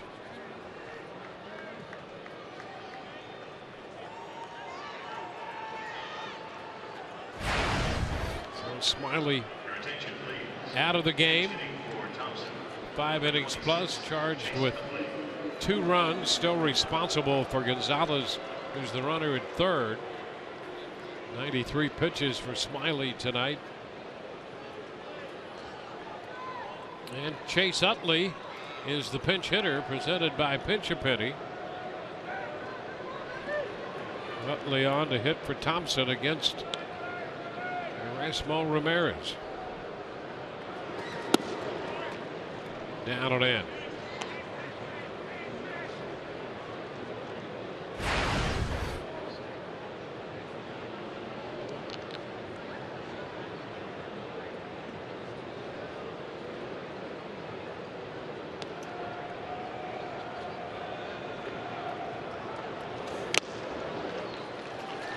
Ball and a strike, a little piece of that one.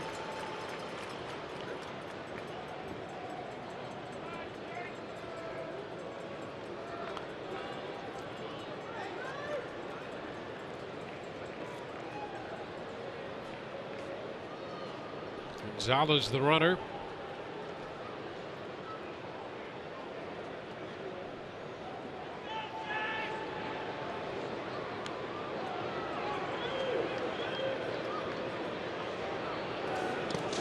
And a great stop there by Casale. And the pitch down and in. Boy, tempting fate. Another one yanked.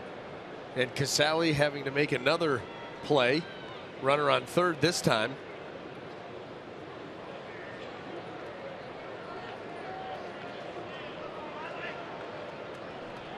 Making things a little too interesting here.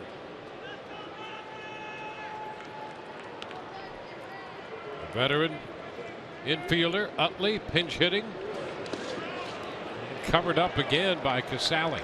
Another changeup. That's just been a tough pitch for Erasmo here in this inning. You can see the frustration as he catches that ball coming back to him.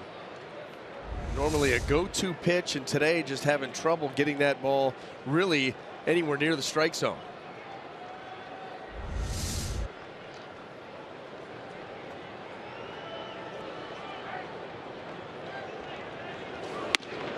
And the fastball out of the zone. Walks Utley.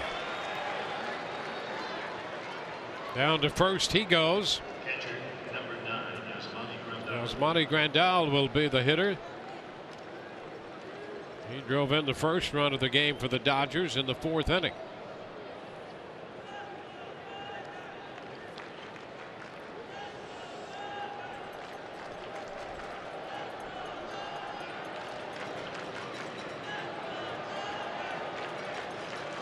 One for two.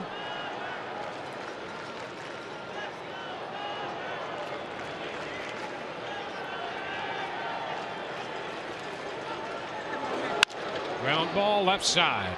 Longoria makes the play, and they limit the damage to 1 run. We go to the bottom of the 6th, tied 2-2.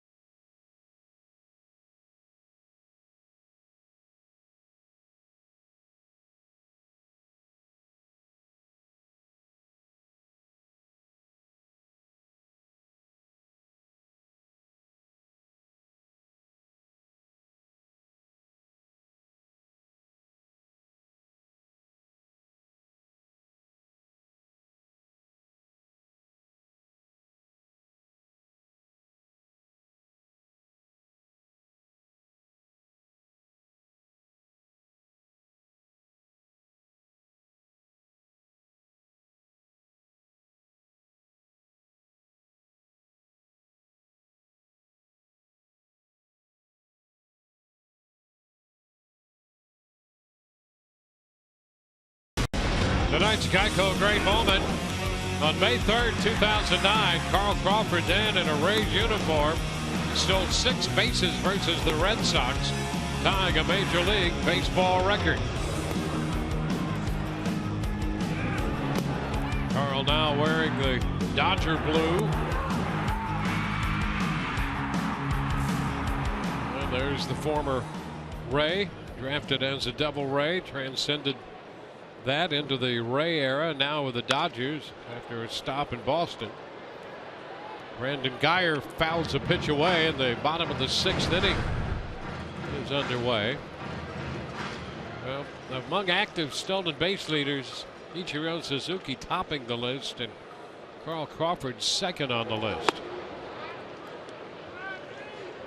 1-1. And staying healthy with the Dodgers has been an issue for Crawford. Right there alongside Scott Kazmir. Guyer's behind in the count, 1-2. Longoria next, and then Pierce.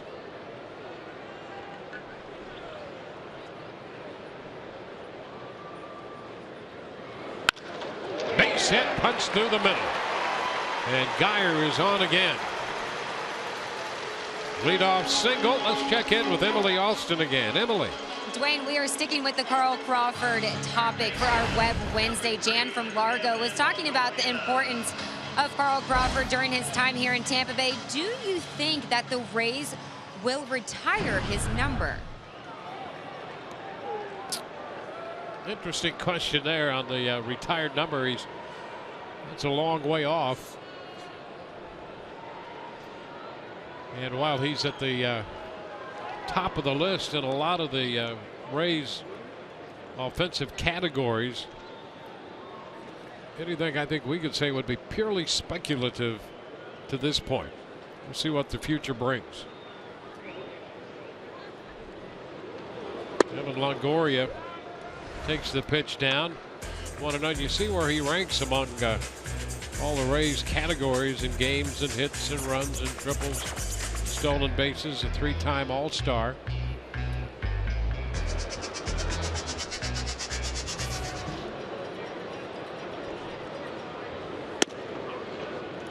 (2-0), and his problem in LA has been staying healthy going into this season. He had played in only 174 games of 486 possible games in his years in LA. And Dave Roberts, when he was activated this time, down to third. Culberson, high throw, safe at second. Everybody's safe. The Rays have 2 men on with nobody out. Utley had to come off the bag to take Culberson's throw. Well, he backs up on this, trying to get a better hop, so back up. Now you got to spin and throw, and he's just wide. There's nothing that Utley could do. Just a bad feed. There's no way they were going to be able to turn that double play, but now they don't even get the lead runner. As you see right there, the tag being applied by Chase Utley that maybe Brandon Guyer come off that bag. He did not. Now the Rays are in business here, first and second, nobody. Similar situation to the Dodgers in the top of the inning. They scored 1 to tie, and now the Rays with Guyer at second, Longoria at first. Guyer's base hit, fielder's choice, allowing Longoria to reach. And here's Steve Pierce against Alex Wood. Well, you got to make that mistake pay. Pitch is down.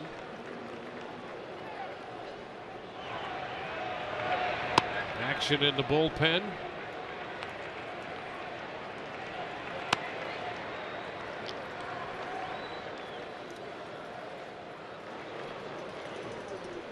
Lewis Coleman, the former Kansas City Royal, listening in the Dodger bullpen.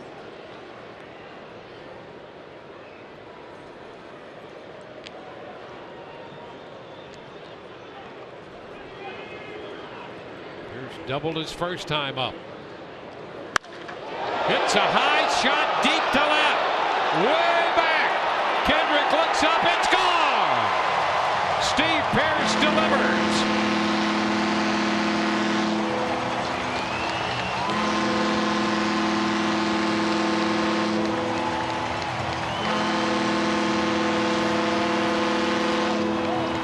Three-run home run for Pierce. And the Rays lead this game 5-2. And that would certainly constitute making them pay for the mistake. Steve Pearce starting to heat up just a little bit, and finally the Rays have a little bit of breathing room in this ball game. Pearce hit his first home run of the year in the Trop last night, his second overall. Well, tonight he unloads again, his third home run of the season.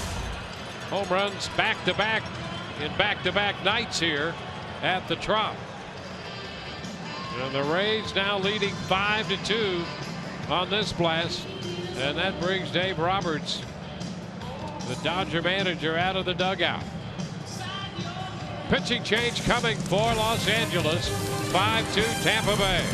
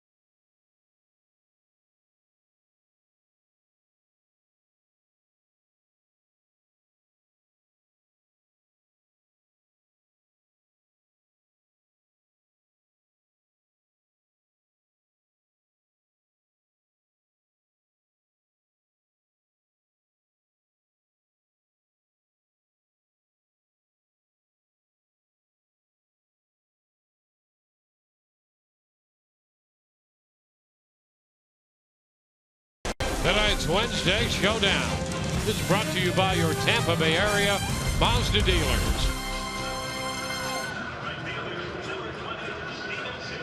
Rays now hold a 5-2 lead. The Rays have hit 3 home runs tonight. Geyer and Souza Jr. solo shots. Steve Pearce a 3-run home run in the 6th inning. Taking advantage of the Dodger mistake here in the 6th. Now Lewis Coleman is on to face Steven Souza Jr. And the first pitch slider swung on and missed. The base hit by Geyer, and then Longoria hit that ball down to third. An error charge to Culberson on the throw. And Souza Jr. may have hurt himself here on that first pitch.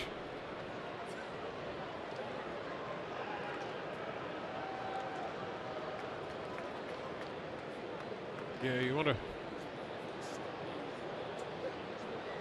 be careful with anything.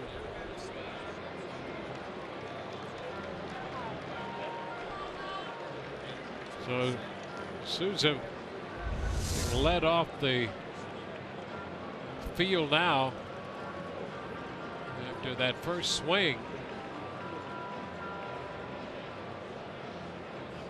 You can see him grab that chest area, and the Rays aren't going to take any chances at all there.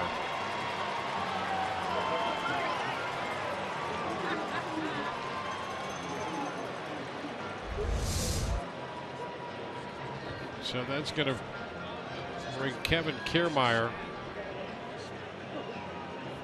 Kiermaier will hit now for Souza.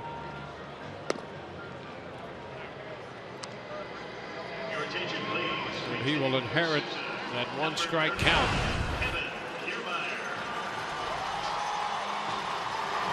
Rays opened this inning on the base hit by Geyer, and then Longoria hit the ball to third. He reached on what turned out to be a fielder's choice and an error charge to Culberson on the throw.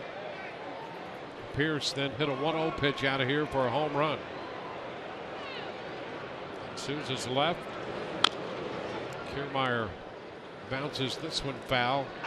A 2-strike count.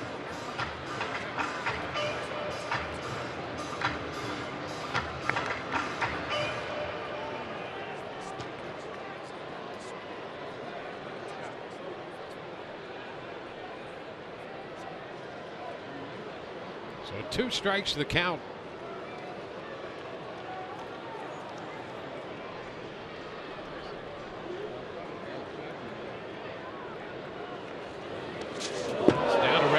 Feet. And I don't know how he got out of the way of that slider. Well, Coleman, number one, he gives you a lot to digest here. Cross the body, then yanking the breaking ball, and just the feet able to get him out of the way at the same time.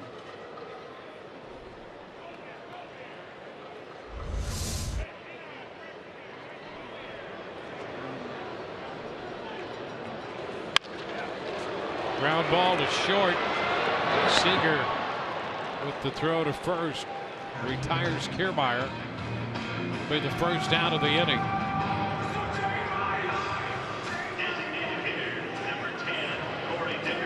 Corey Dickerson on his way to the plate.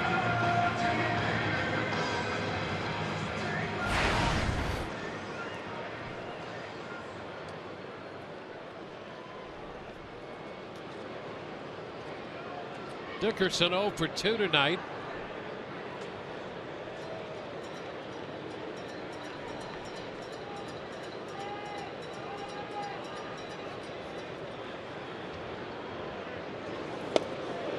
Big cut.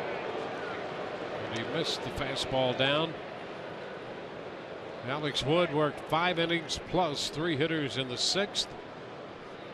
Gave up 6 hits. 5 runs, 4 earned. Struck out 7, didn't walk anybody, and now it's Lewis Coleman.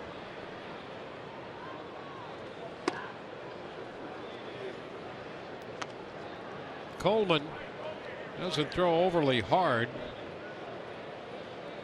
but he gives you a lot of action out there with his pitches. Yeah, it's deception. It's the cross body, it's the low arm angle. So you can get away with a little bit less on the velocity with the movement you're going to get on your pitches and just the overall deception.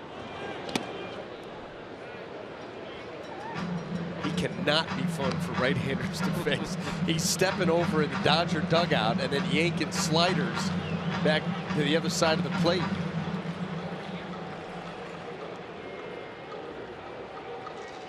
You wouldn't exactly design a delivery to be that way, but it's a way to give the hitter a different look. And we see that more and more. Different styles coming out of the bullpen. Managers are very fond of having different looks that they can go to.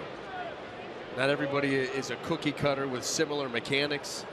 You've got sidewinders, you've got cross the body, over the top, sinker ballers. I mean, just so many different styles that you can go to. This is one of the more extreme. Piece of it foul. Count is full. Desmond Jennings is on deck. Jennings said, "This is all I need. I'm 0 for 26 and have to face this right-hander." Right, and that's why he'll get that hit. Yep.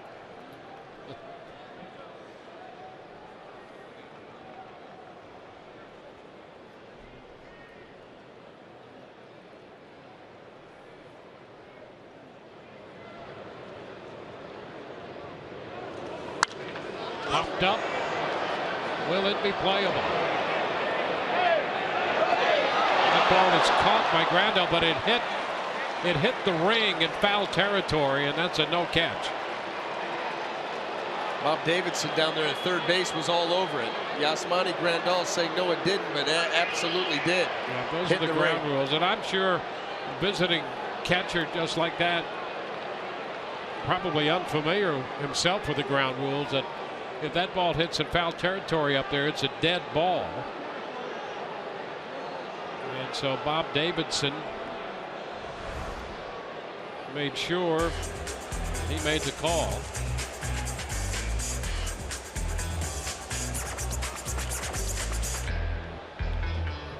Dave Roberts, the manager out there. Bob Davidson made the call from the third base side.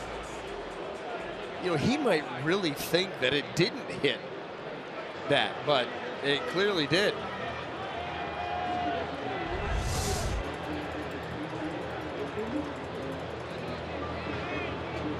Welcome to the Trop. Yep. Bob Davidson had a view of it from back a third down the line.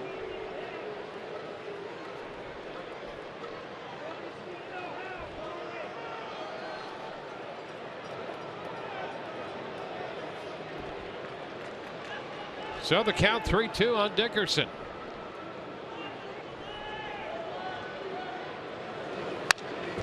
Fouls this one right back into the screen.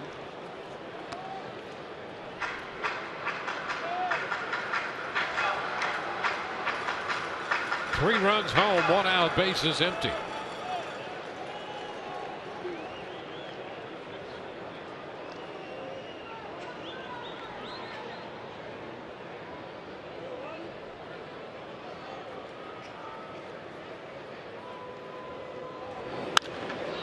Popped up, and that went up in the rigging, coming down, and it's caught by Gonzalez, a fair ball. And that would have been fair game because it was in fair territory. That's right.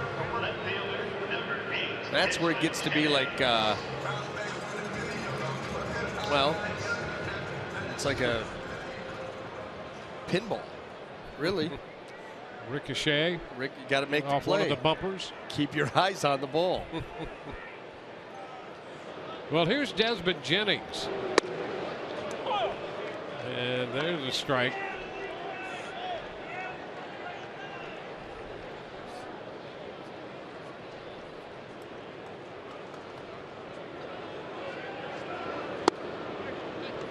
It sweeps wide. 1-1. Lewis Coleman in relief of Alex Wood.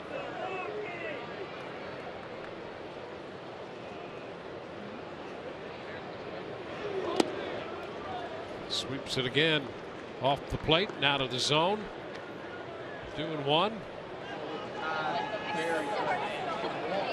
View from the deck in center field.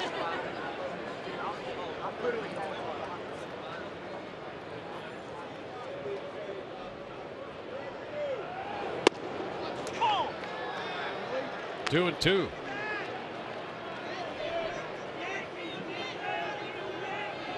Coleman spent the first 5 seasons of his big league time with Kansas City. Jennings lifts it foul and out of play.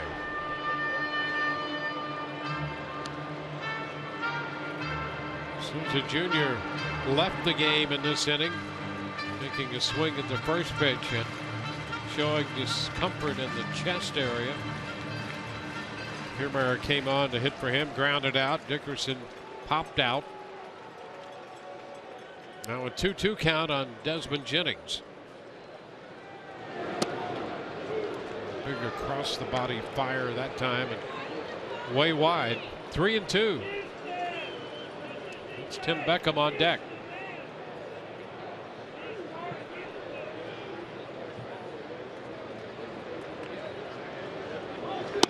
Did he go?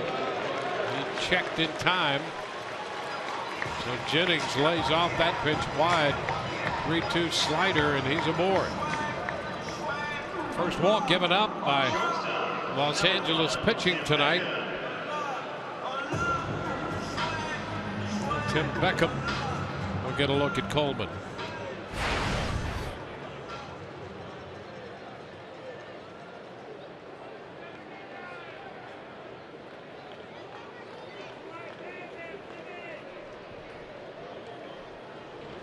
Beckham 0 for 2. Strike one.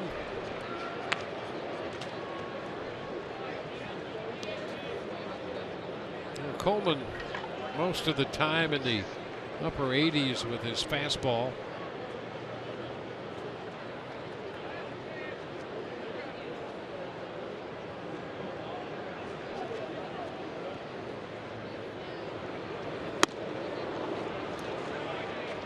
too high with that one. And it's 1-1.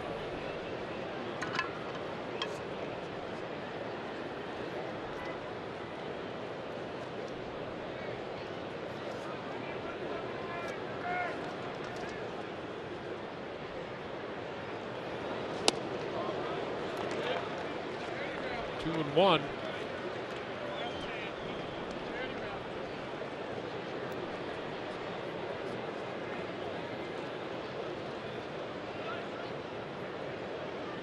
Coleman came in with the bases empty following the 3-run home run by Steve Pearce. Beckham shoots it foul. The count is 2-2. On deck, the Rays catcher, Kurt Casale.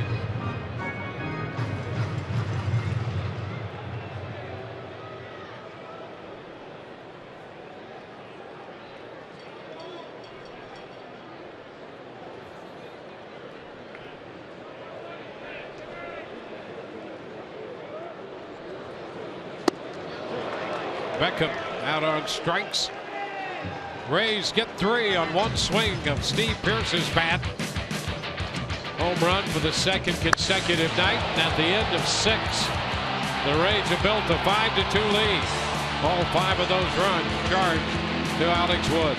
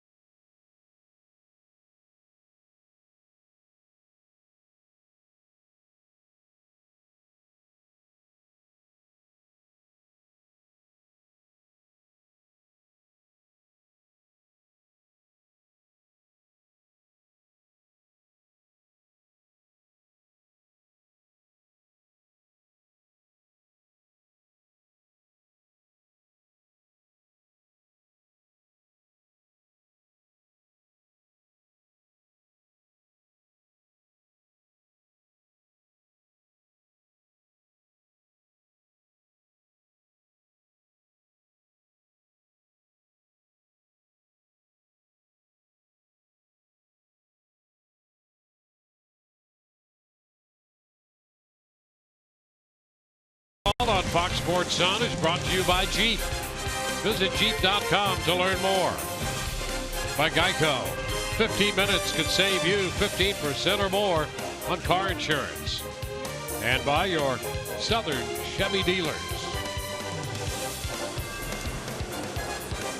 Rays now lead 5-2. Corey Seager fouls the first pitch from Erasmo Ramirez right back and out of play. Kevin Kiermaier stays on to play center field, and Brandon Guyer moves from center to right. Souza Jr. out of the game. And a shot into deep right center field. That ball is off the top of the wall, bounding back to Guyer, and Seager's in with a 2-base hit. Boy, the Rays fortunate that Seager didn't have a little bit more lift. That was just a missile. A fastball that was not located, stayed middle where Seager could get full extension. Boy, he ripped that thing into the gap. That's what the Dodgers are so excited about. Came very, I mean, just underneath, a few inches away from that ball getting out of here.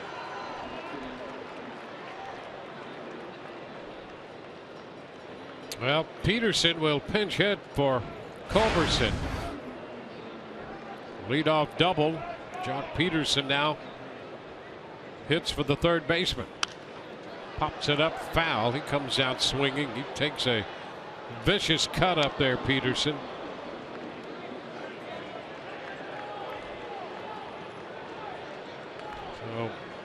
Dave Roberts, who pinch hit Utley in the 6th. The pinch hitter here in the 7th is Peterson, and he has Carl Crawford out on deck, apparently to pinch hit for Hernandez.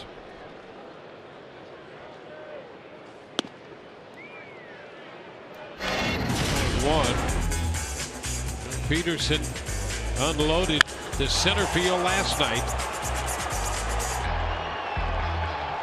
It was a mid-90s fastball.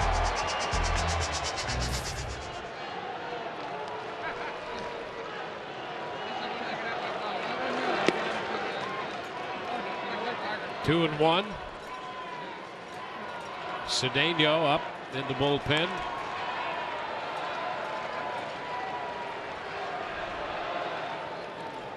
Ramirez got credit for a full inning in the 6th inning. Gave up a walk, only the 2nd walk he's issued.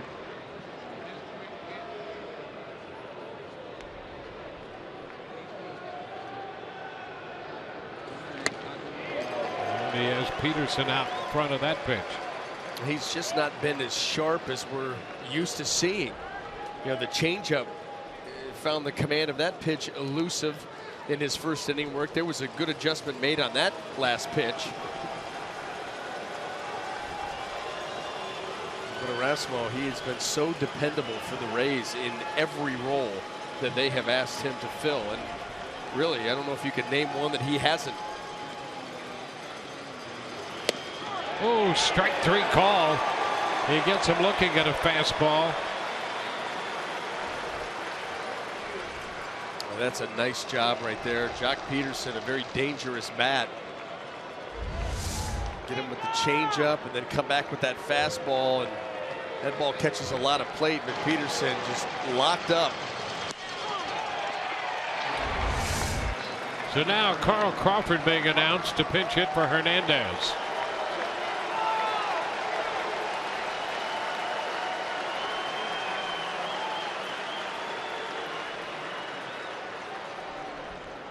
Hernandez had gone 0 for 3. Crawford's left-handed bat called upon, and he fouls it away. Strike 1. He cited the problem Carl has had staying healthy in Los Angeles, and when he came back the last time, Dave Roberts said he really sees him as a guy who will play maybe 3 or 4 times a week because of the propensity for injury.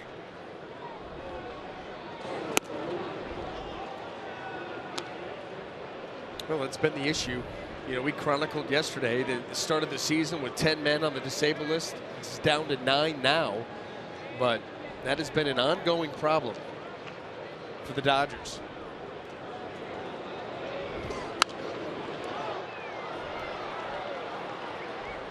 Foul ball takes the count to 1-2.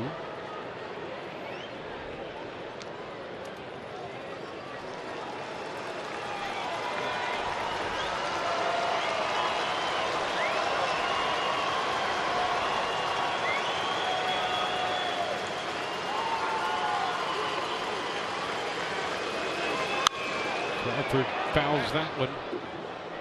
Pitch up and foul back.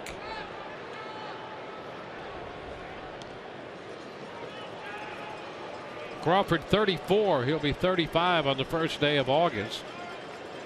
He was in 69 games last year for the Dodgers at 265.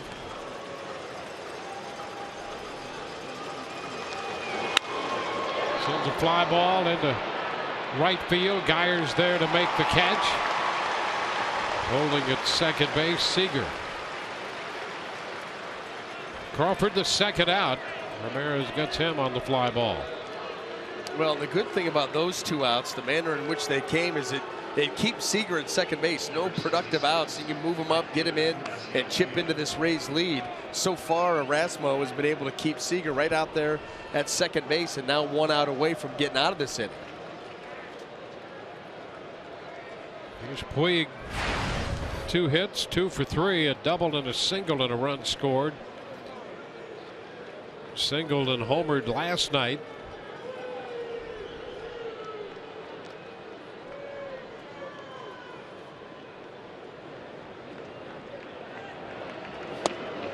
He takes the first pitch. A strike. And he really took it.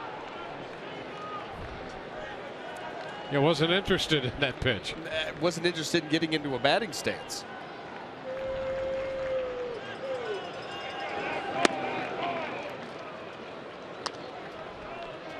One and one. Geltz has joined Cedeno in the bullpen.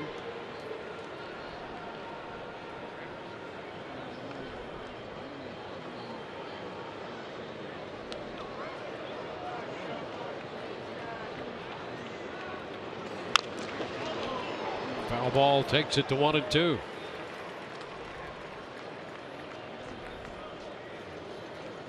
Puig last year was in only 79 games. He was bothered by a hand injury, hamstring problems. He is fast and strong.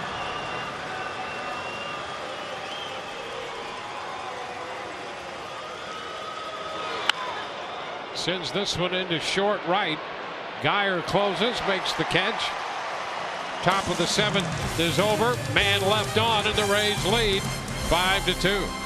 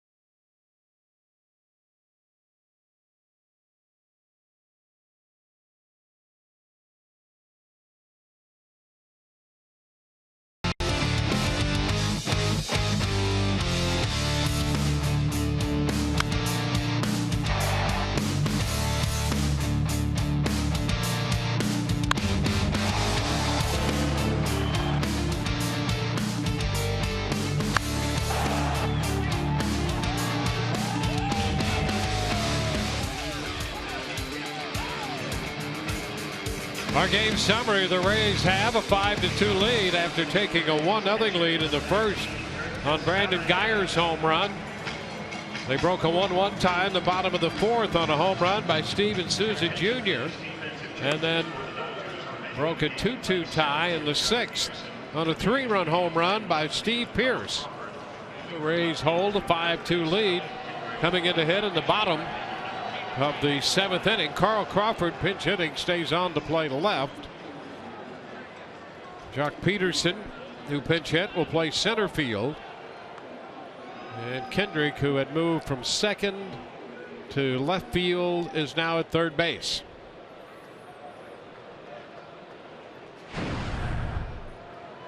Pedro Baez is the new pitcher. Kurt Casale will be the first man to face this big right-hander. 12th appearance. The first pitch is tapped foul. Good numbers too. More strikeouts than innings pitched. A good opponent's average against 158. Boy, anymore you've got to have a strong bullpen, especially the way that starters are being used anymore. Yeah, you have to have multiple choices for sure. High shot deep into left off the bat of Kurt Casale, and it's gone. He turned around a healthy the fastball there.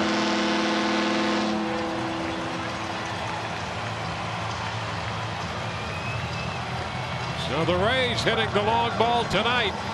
Third home run for Curt Casali. And it's 6-2. Casali likes that ball down and out over the plate. Get extension. See him get the foot down in time. And boy, does he get some lift with that swing, and no doubter. Well, that fastball in the upper 90s.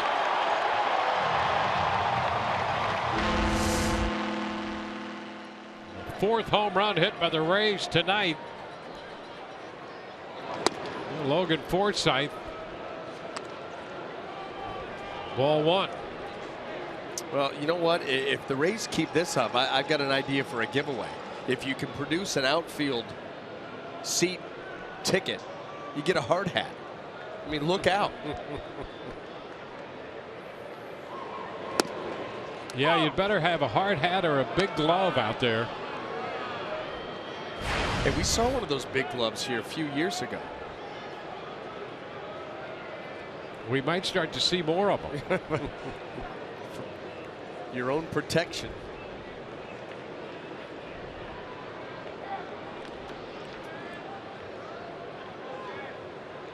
One and one to count on Forsythe.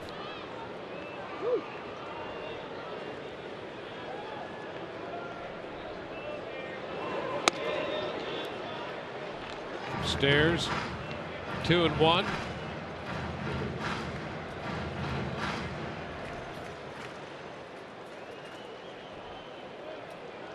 Brandon Guyer homered back in the first. Rays again have hit 4 tonight.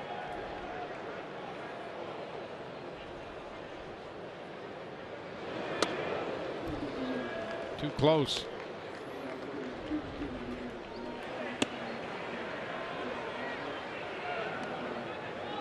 Jimmy Romero loosening in the bullpen up the right field line for the Rays.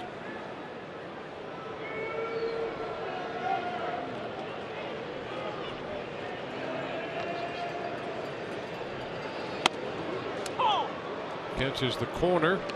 Says Lance Barrett. The count is full.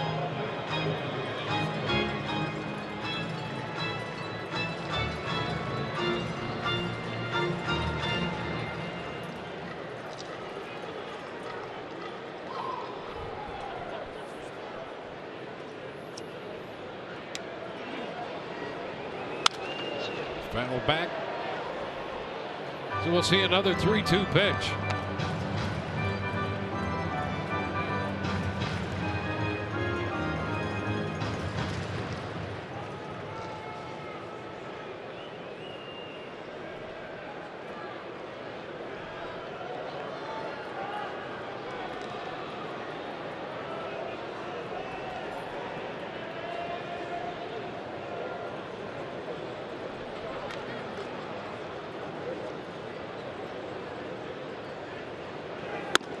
There's ball 4. Forsythe on his way to first. We're on our way to check in with Todd Callis. Todd? All right, Dwayne, injury update from the Rays clubhouse. Steven Souza Jr. left the game after a swing, and he is determined to have a pectoral spasm, a spasm of the pectoral muscle. That's why he left the game. Nothing serious, so some good news from the Rays clubhouse, guys. Yeah, the Rays will have tomorrow off. They'll be headed out to the West Coast. And to be cautious, the Rays lifted Souza immediately. Kiermaier entered the game.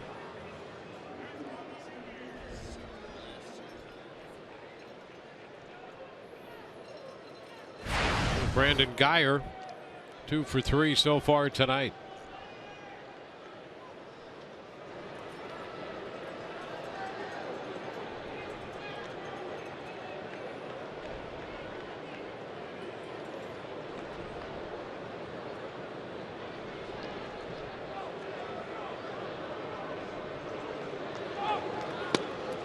Off the mid of Grandal, and down to second base goes Forsythe.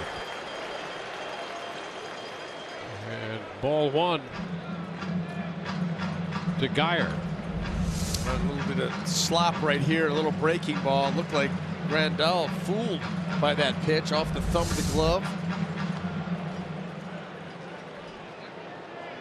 He's charged with a pass ball.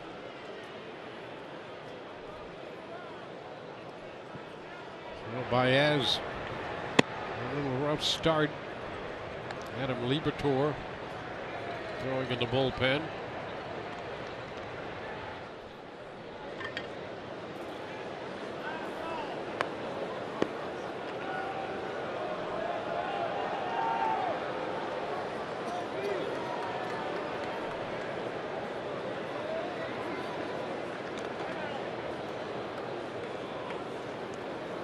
And another visit. Grandal and Baez trying to get together. It's the third big league season for Baez. Has made the team this year and was with them opening day last year. And he's been very tough coming out of the bullpen. Opposition hitting under 160 off him coming into this one. He was greeted by Kurt Casale turning around that high-octane fastball and hitting it into the seats and left. Forsythe battled him for a walk, moved to second on the pass ball.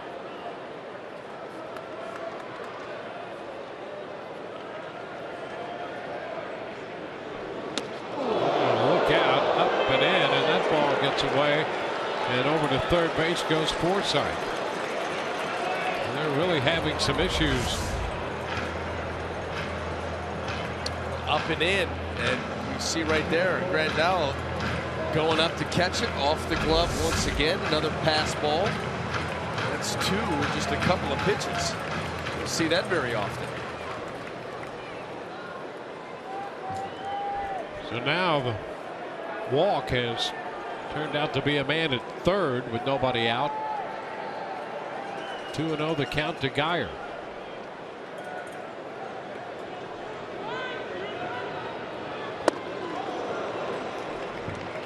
Strike one.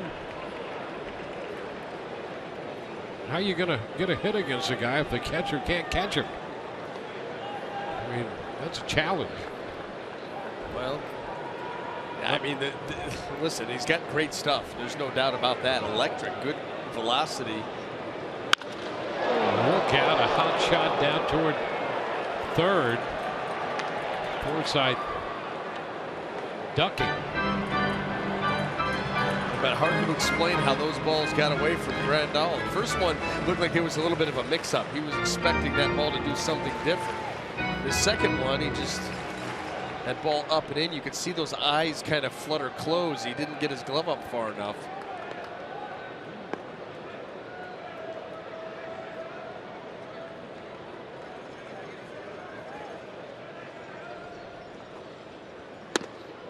And Geyer's out on strikes. The fastball up. 98, 99 in that vicinity. That's what that stuff does for you. You know, he was down in the count there to Geyer 2-0. But when you have that kind of explosive stuff, it gives you a little bit of margin for error to work with out over the plate, and you're able to come back from a tough count and record the strikeout. Now one out with a man at third. Evan Longoria will hit.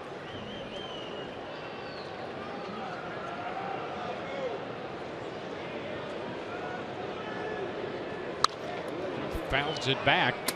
And out of play. Strike one.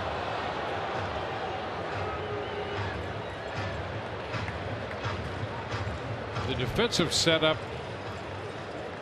Kendrick back a couple of steps at third, but Seager is way in at shortstop. Not everybody on the same page. It doesn't look like it. On a strike, says Barrett. Again, a big fastball. Well, the Dodgers, obviously, with that defensive setup, not conceding anything. You know, this is a team that led the National League in home runs last year, so they're capable of putting some runs on the board in a hurry. Down 4 here. You want to make sure the lead doesn't get any bigger for the Rays than that.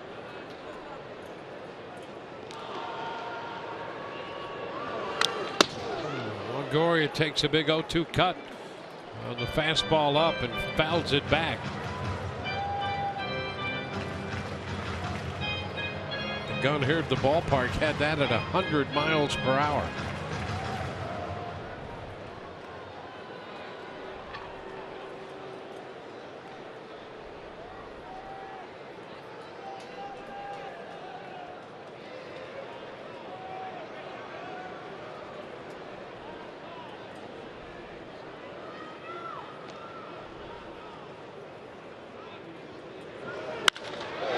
Down the left field line, fair.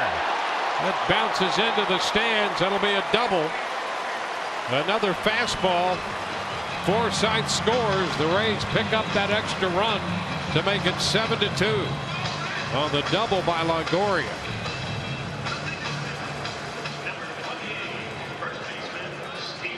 Well, Evan Longoria, a pretty good idea of what he's going to be coming with. This one out over the plate. He just tried to get the bat out there, trying to time it up. That just goes to show you right there. You can have all the velocity in the world, but those hitters can time it up. And Evan pulls that one right down the line. Longoria driving in his 14th run with his 8th double. Here's Steve Pearce.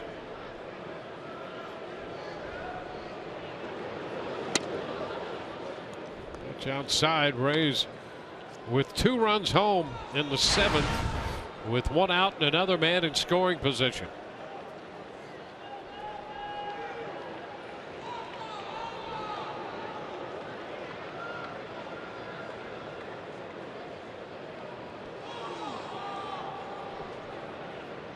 Pierce doubled in the 1st, homered in the 6th.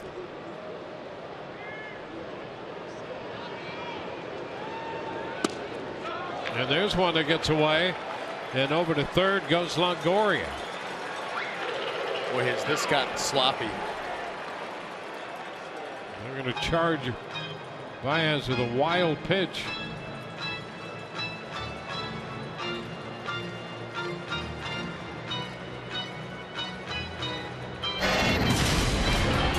Pierce hit a 1-0 pitch deep into the seats in the 6th inning for that 3-run home run. Connecting off Alex Wood. That knocked Wood out of the game.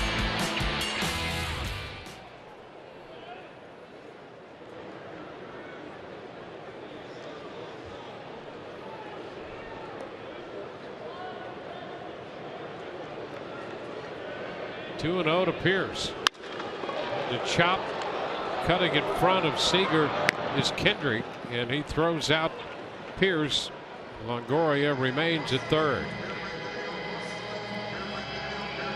2 outs with Evans still down there.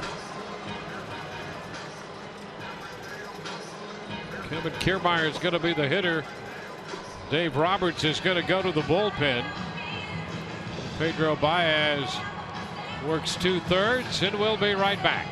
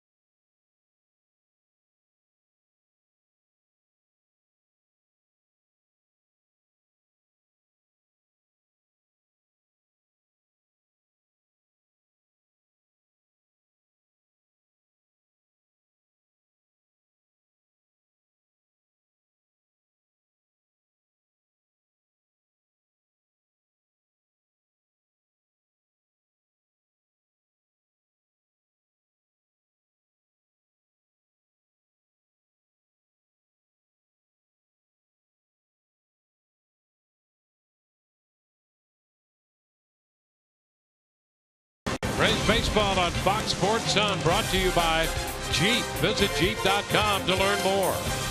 By St. Luke's Cataract and Laser Institute. World-class care right in Tampa Bay. And by your Gulf Coast Honda dealers. Rays holding a 7-2 lead. A couple more runs have scored in the 7th inning. Evan Longoria is at third base.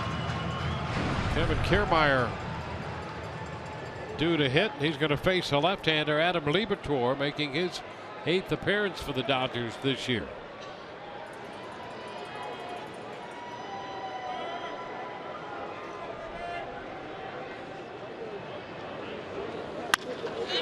And a fly ball into right center. That's going to drop for a base hit. Kiermaier heads to second. He is safely in there as the run scores. Longoria crosses the plate. The Rays had their 8th run of the night. Kiermaier not wasting any time at all in getting the run home and running that into an extra base hit. Well, it didn't learn their lesson from last night. This ball just hangs out over the plate. Kevin Kiermaier lofts it out into right center field, and he is not going to quit until he gets out to second base, and once again does it with time to spare.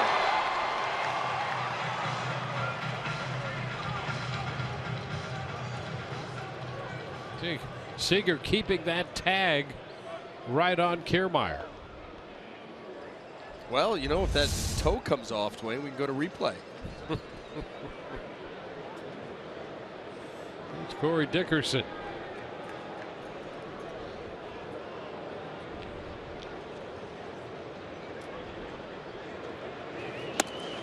Inside. So a home run, a walk, couple of pass balls, a wild pitch, 2 doubles. And the Rays have put up 3 more runs in the 7th.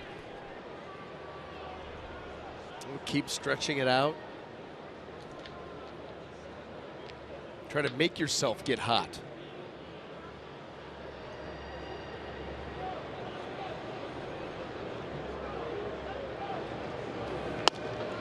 Oh. 1-1.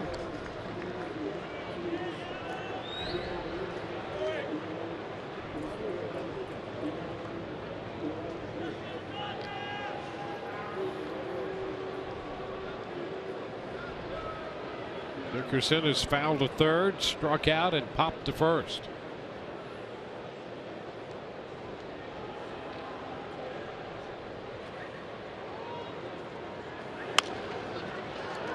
Foul back now, 1-2.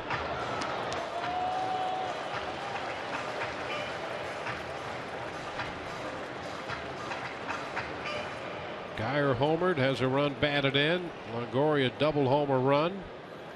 Pierce with a couple of hits, 3 RBIs, the 3-run home run. Souza Jr. homered, a solo shot. Kiermaier has doubled in a run. Casale with a home run, accounting for the other run.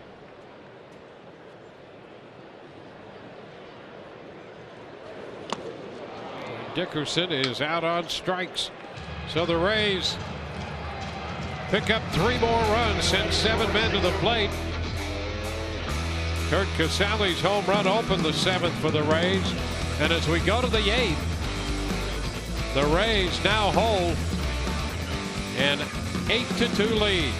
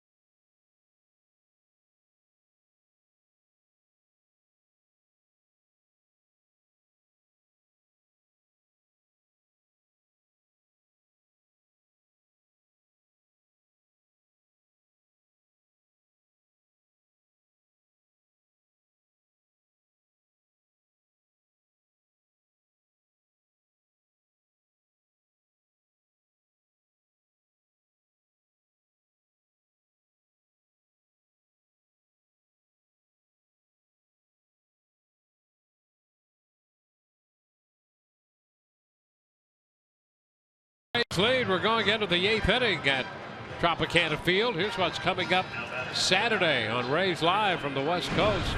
Pre-game show presented by your Gulf Coast Honda dealers. It will be late night with the Rays. And the Rushes will break down Mike Trout of the Angels.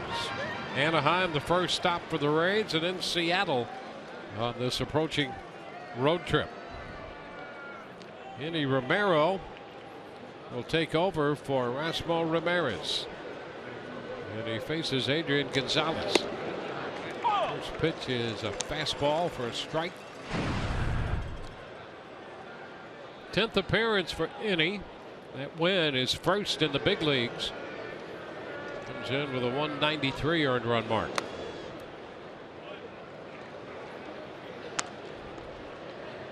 And the opponent's average under 100. He combines that ability to bring big-time fastball and velocity.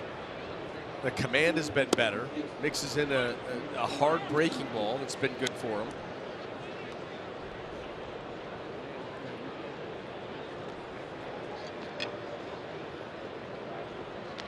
So Chris Hatcher up in the bullpen for the Dodgers. Romero misses with a fastball. 3-1 on Adrian Gonzalez.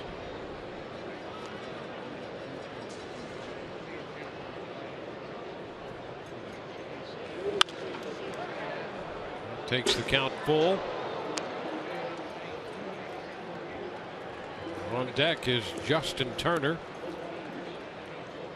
Drew Smyly started tonight. Gave up 2 hits in 5 innings plus. Erasmo Ramirez, no runs, 2 innings. He's the pitcher of record right now. And Eddie Romero walks the first man he faces. Missing low with that delivery. It's the 4th walk given up by Rays pitching. And it leads off the 8th. Dodgers have now had the leadoff man on base in each of the last 3 innings. And in 4 of the 8 innings tonight. Well, and you're fortunate really with that, holding him to just 2 runs. A lot of times leadoff base runners lead to big innings or have the potential to do so. The Rays have been able to limit that damage, build a lead, and now hold on to it.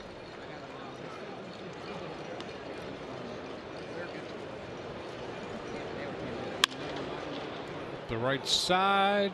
Hey, and a nice scoop down there. It was a nice play. Yeah. Protecting the bullpen. There's some fancy glove work.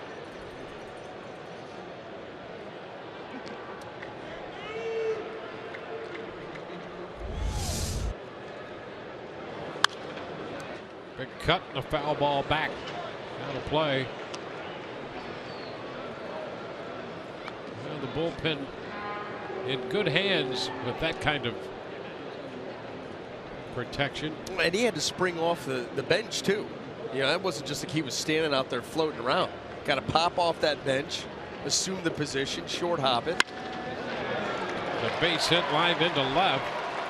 Gonzalez will go to second, and Turner's on for the 2nd time tonight. That's his first hit. Well, this is exactly why Dave Roberts had that infield pulled in during Evan Longoria's at bat. Now he was able to thwart that with a shot down into the corner, but knows what his offense is capable of. And they put the first 2 runners aboard here in the 8th.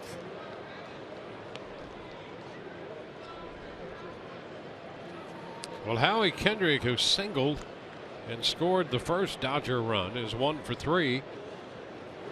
And now he hits in the 8th inning.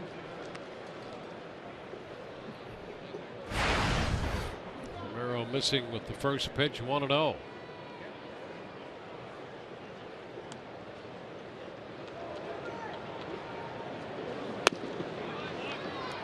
Down with this one.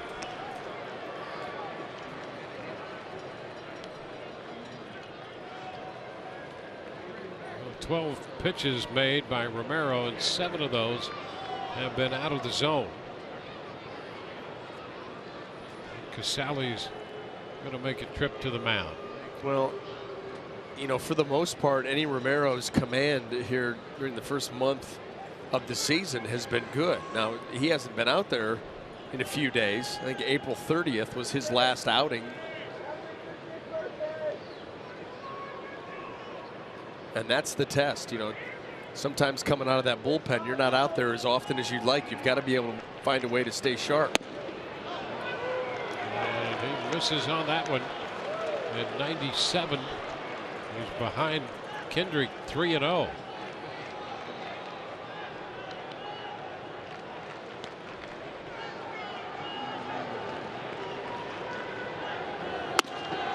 Finds his strike zone there.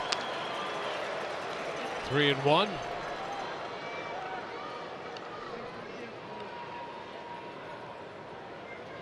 Utley is on deck.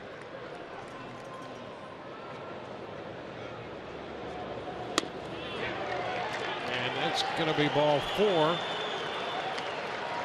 And the bases are loaded with nobody out. And Jim Hickey comes out of the dugout. Romero will get another visit, first from Casale and now from Jim Hickey. And there is some stirring in the bullpen while Hickey talks it over with Romero.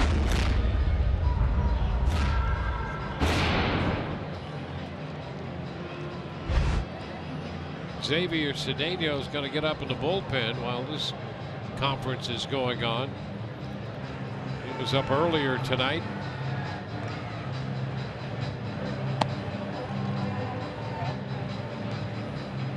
Chase Utley will be the hitter.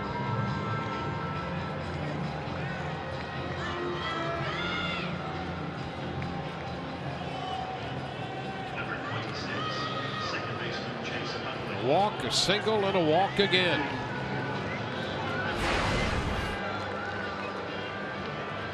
Utley entered this game as a pinch hitter in the 6th inning, facing Erasmo Ramirez, who walked him.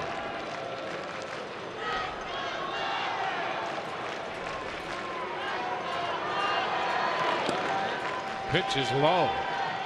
Stopped by Casale. Adrian Gonzalez at third, he walked. Justin Turner's at second, he singled. Howie Kendricks at first, he walked.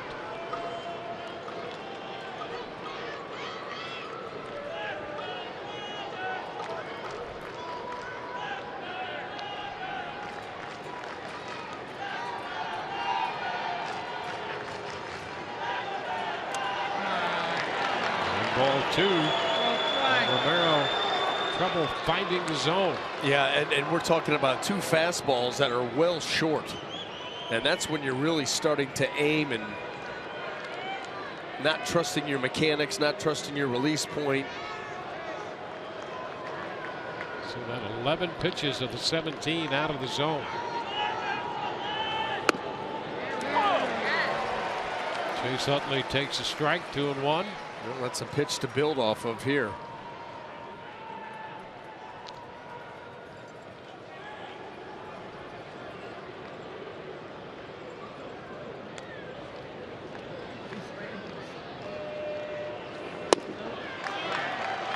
It's low. 3-1.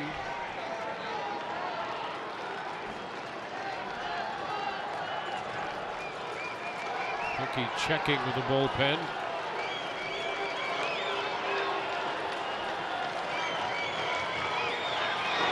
And ball 4. That forces home a run. Third walk of the inning to go with a single. And it's 8-3. And Casale will go out to spend some time chatting with Romero and giving Cedeno a couple more pitches. Yeah, I think this is the time that you got to get him out of there. You just cannot find the strike zone. You know, the confidence right now is beat up pretty good. And that's going to be it. Romero could not get anybody out. He walked 3 and gave up a hit. And 1 run. Back in a moment.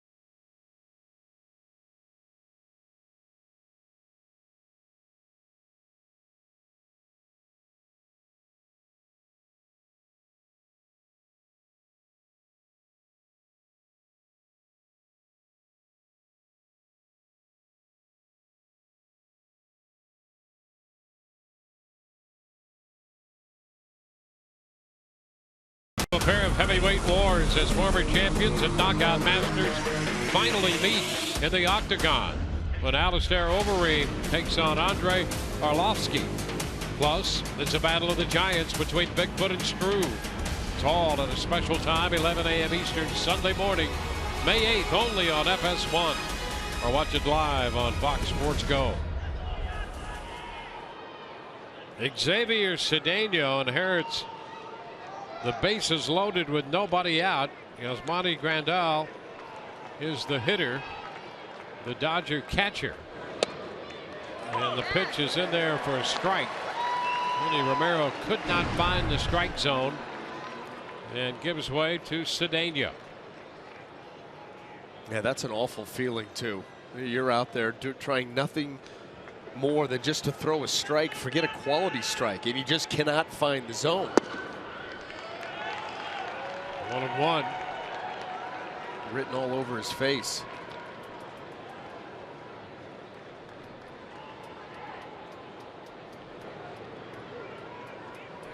Cedeno, the fourth Rays pitcher.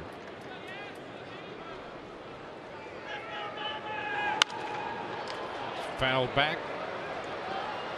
1-2. Well, the Rays lead at 5.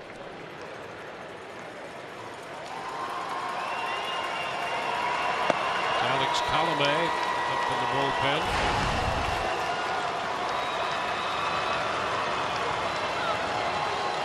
Corey Seager on deck.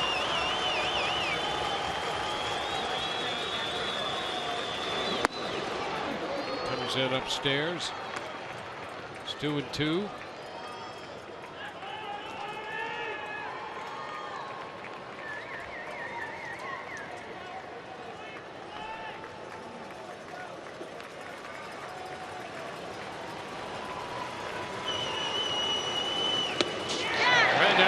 Out on strikes.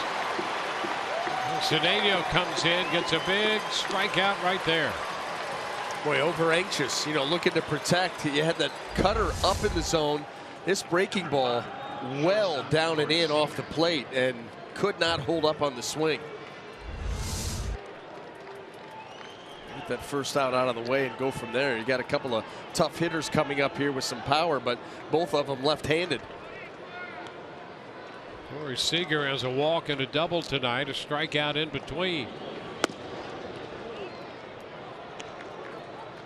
All outside, 1-0.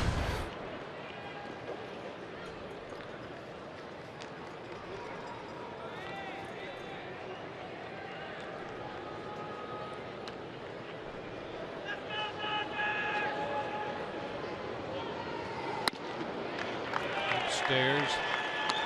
2-0. And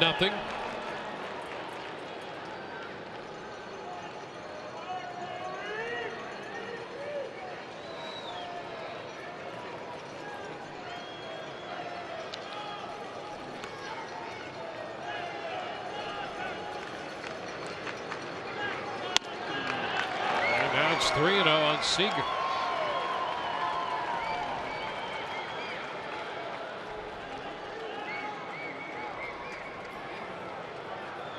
Wildness in the 8th. Manny Romero could not get anybody out. Gave up a walk, a single, and then back-to-back walks. Cedeno has picked up a strikeout, but he's behind Seager. And there's ball 4. Another run is home. Another walk. That's 7 walks now by Rays pitching as Turner crosses the plate. Well, and now you've allowed the Dodgers to get the tying run to the plate here with 1 out. Not because they're doing a whole lot with the sticks, just because Rays pitching can't find the strike zone. Jock Peterson. 4 walks in the inning and a single. What was an 8-2 game is 8-4.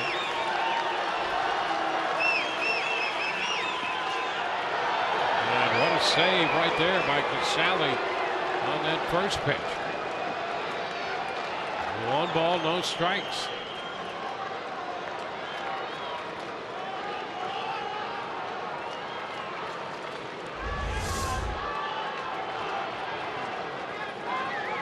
Yank down and off the plate. Curt Casale's been busy back there tonight.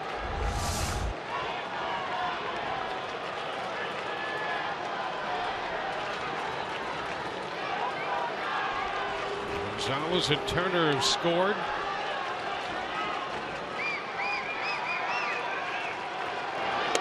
That's a strike. 1-1.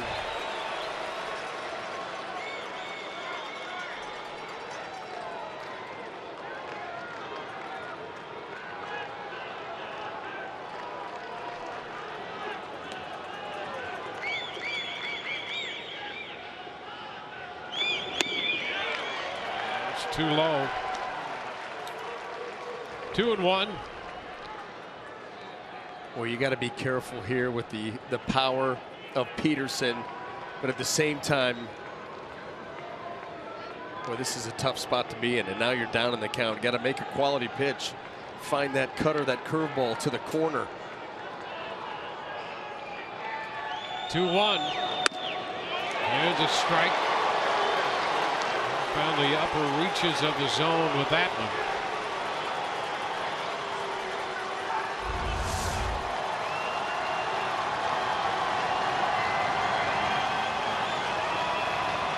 Peterson didn't like it. That's one of those pitches in the upper part of the strike zone here tonight. Sometimes yes, sometimes no.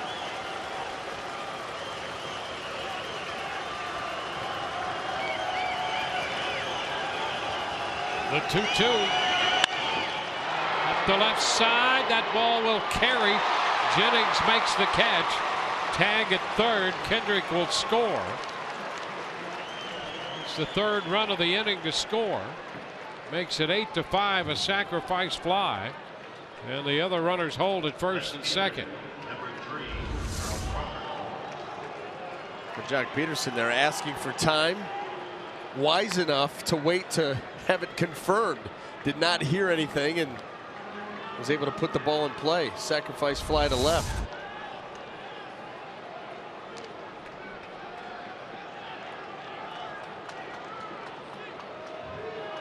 Two outs, runners at first and second. And Carl Crawford, who pinch hit in the 7th inning, stayed in the game and will hit here in the 8th. Fouls it back, strike one.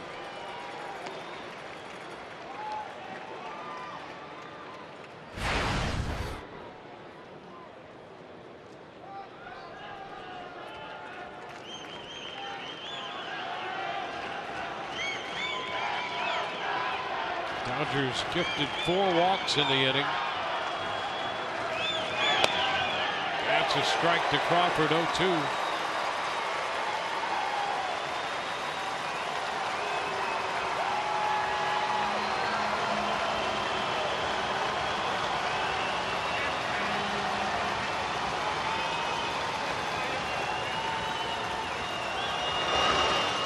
This ball gets away. Ball down, and the runners both move into scoring position. Cedeno will be charged with a wild pitch. Breaking ball into the dirt. Curt Casale over top of it, just kind of catches the side of him. Ricochets to the right, and now, wow, Carl Crawford flips in a base hit somewhere. This game's going to get real interesting, and you've got trouble on deck too. Finish it here.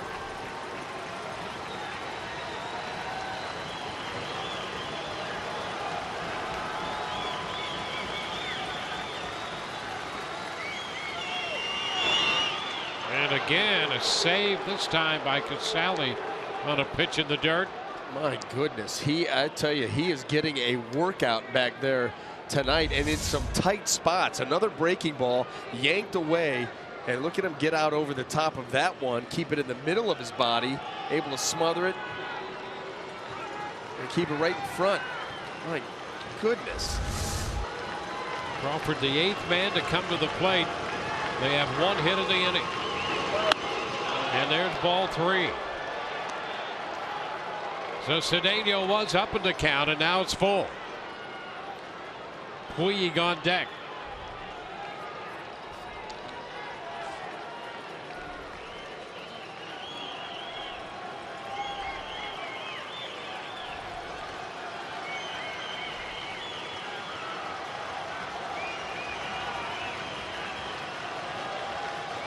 3-2. Crawford fouls it, forcing another pitch.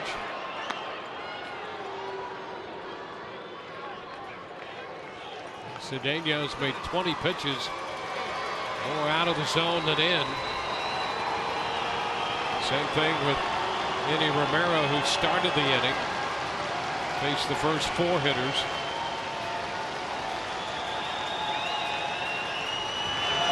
Swing and a miss. He strikes out Crawford. 8 men come to the plate in the 8th inning. 3-run score on 1 hit. And they leave runners at second and third. It's 8-5 Rays.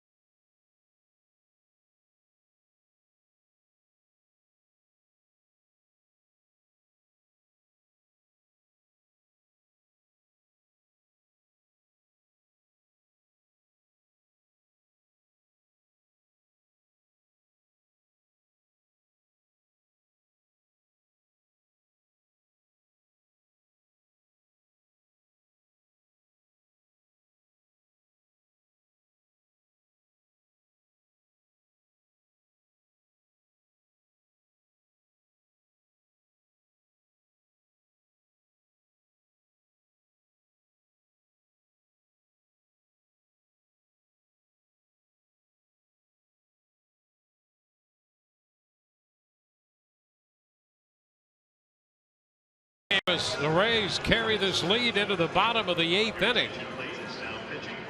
Rays got 3 in the bottom of the 7th. The Dodgers back with 3 in the 8th. And Chris Hatcher is the 5th pitcher of the night for Los Angeles. He'll face Desmond Jennings. And the first pitch is a strike. Liberatore pitched a third of an inning, gave up a double, and that drove in a run.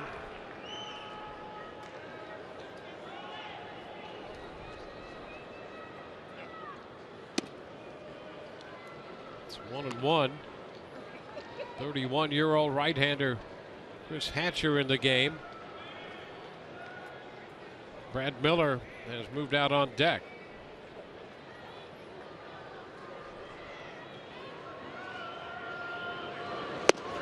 Swing and a miss. And it's 1-2. Well, for Hatcher, fastball, slider, he'll cut it. Throws a split.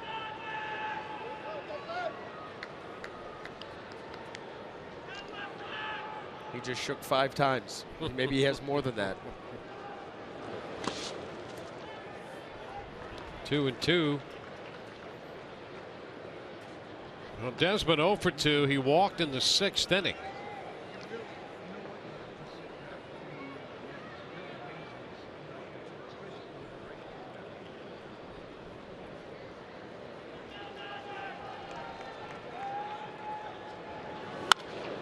Fouls it right back. Holds a count at 2-2. Well, the top of the 8th inning, the wild streak the Rays pitching ran into not only made it a closer game than the Rays were hoping, now 8-5, but it also positioned the Dodgers to get their top hitters up one more time in this game, because Puig, Gonzalez, and Turner followed by Hendrick if anybody gets on, due up in the ninth. Hey, a base hit up the middle for Jennings, and the Rays put the leadoff man on in the bottom of the 8th, and that snaps an 0 for 26 for Desmond. So let's see if the Rays can build on this. Well, a fastball away, but elevated. Easier to get the swing to, and he stays up the middle. That's a good way to end a slump. Especially with the Rays, you know they want to attack on some runs here. This game has gotten a lot closer than they would have imagined or liked. Well, it went from 8-2 to 8-5. Brad Miller will pinch hit. He hits for Beckham. He fouls this one and catches part of Grandal with that foul ball. Strike one.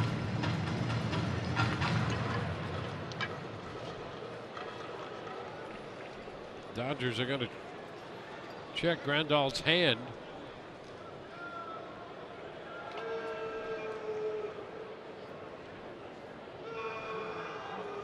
The base hit for Jennings, the 10th of the night. Here's a look.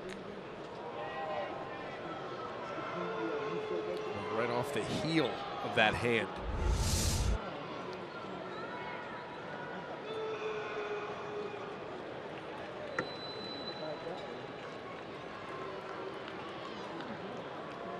So Grandal apparently all right.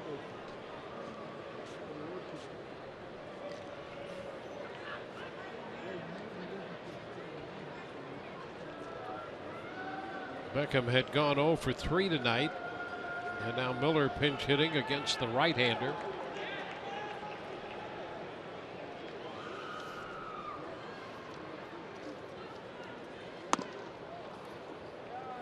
It's 1-1.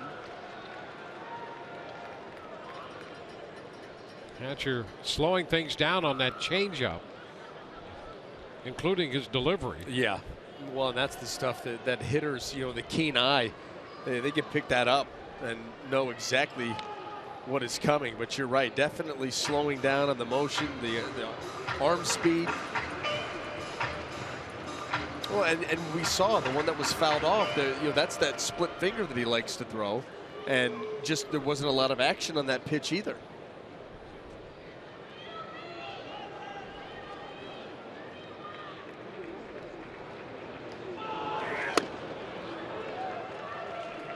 Miller, and that fastball in there in the mid-90s. It's 1-2.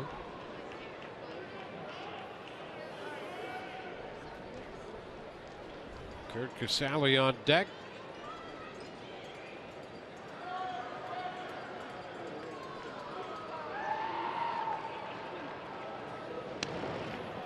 And an eye on Jennings at first.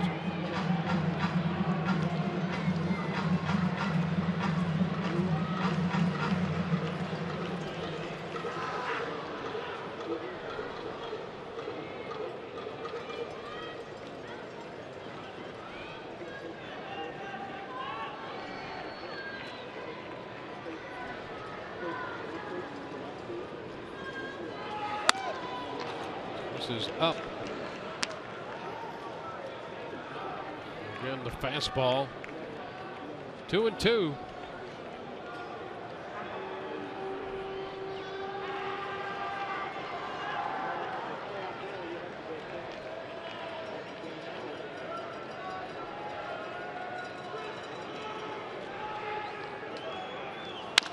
Ground ball right side. Gonzalez steps on the bag. Tag is on at second, and Jennings is out there. Seager putting the tag on Jennings. Well, what a smooth play by Adrian Gonzalez. Right here, close to the bag. Wait for it, step, and then you got to make that throw over the left shoulder of Desmond Jennings.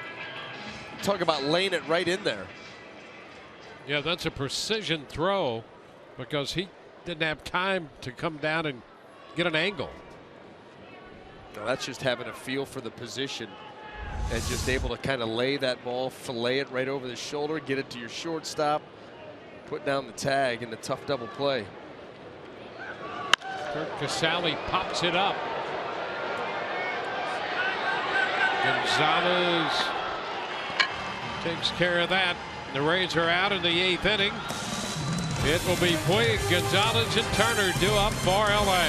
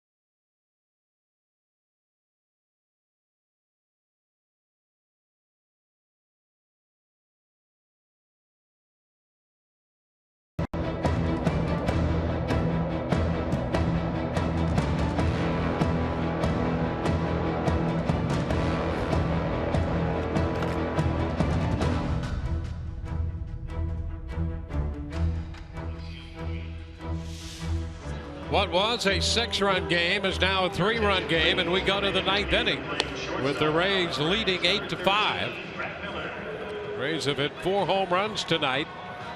Brad Miller, who pinch hit in the bottom of the 8th, stays on to play shortstop. And Alex Colomé enters the game on the mound, pitcher number 5 for the Rays.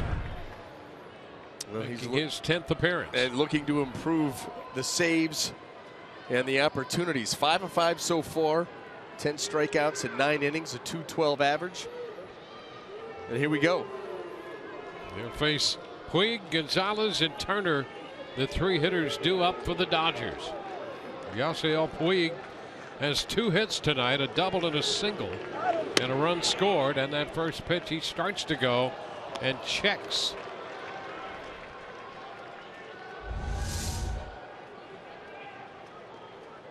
He held up.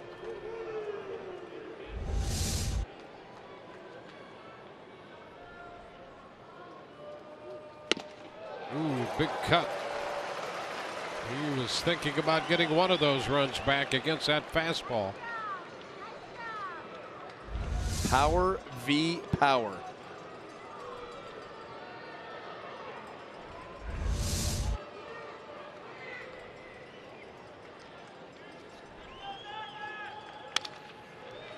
Foul back, 1-2. Another fastball, mid-90s.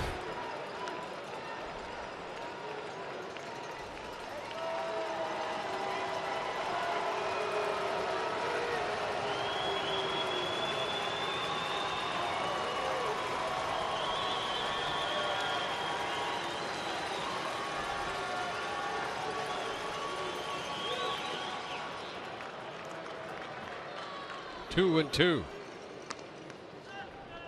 None of these Dodger hitters has faced Colomé before.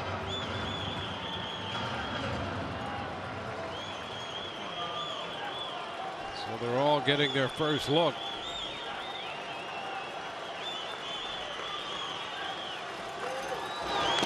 And a cut and a miss. Foul tip strikeout. Right back into Casale's mitt. The Rays get their 10th strikeout for the staff tonight on out number 1 in the 9th. Well, that's the slider right there, and he didn't get him so much on the movement of the pitch as the speed of the pitch. He was just out in front a little bit. That thing acted more like a changeup than it did a slider. But regardless, going from 96, 97 down to 90, he's a little out in front and a big out. There's Adrian Gonzalez. That's a strike.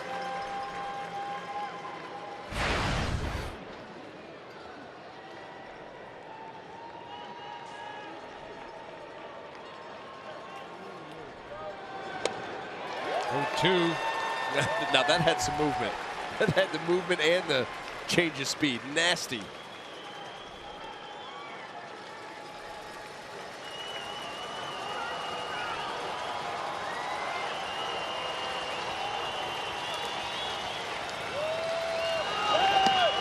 One ball, 2 strikes.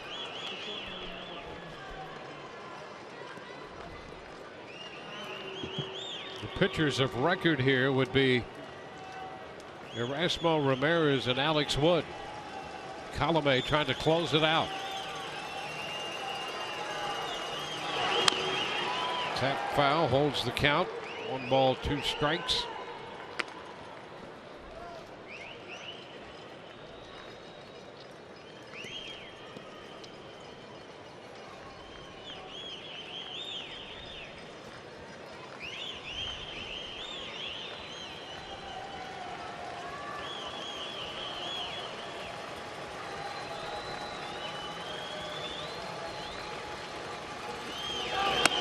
Way upstairs.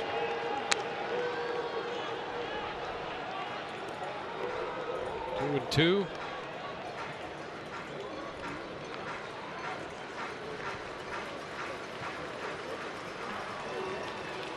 Toronto beat Texas 4-3. The Yankees beat Baltimore. Swing and a miss. Gonzalez out on strikes. That ball in on Gonzalez. Back-to-back strikeouts. Coming up on Rays Live, the postgame presented by Checkers. Todd, Orestes, and Doug anchor the coverage. Rays with a power surge tonight. We'll hear from Kevin Cash in his postgame press conference, and Emily Austin providing interviews from the clubhouse.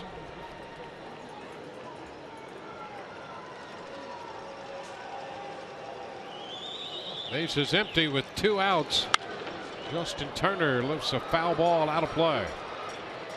So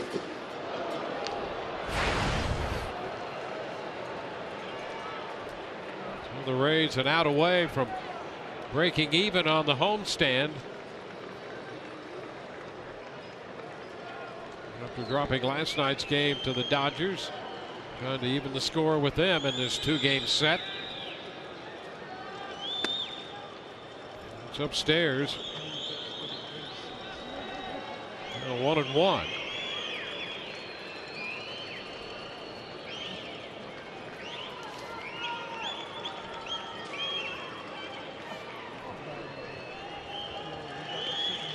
Ooh, look out. It's been down, and it's been a tough night for Casale. Behind the plate, he's been blocking pitches. Check this one. Up his left arm.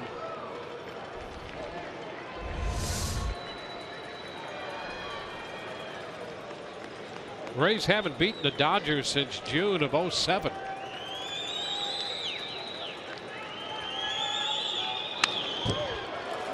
They're a strike away from doing it now. 2-2 on Justin Turner.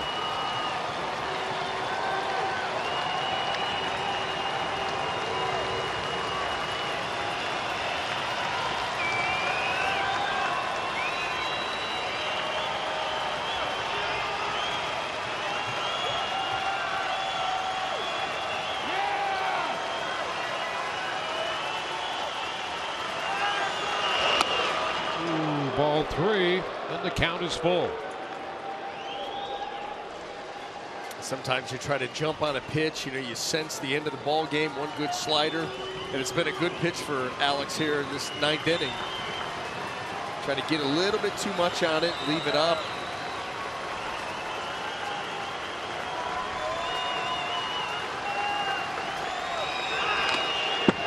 Foul ball. I mean, ran that one up there in a hurry. Yeah, and Casale, that one, foul ball right off his mask, twisted that thing off. But he is taking a beating back there tonight. Watch this.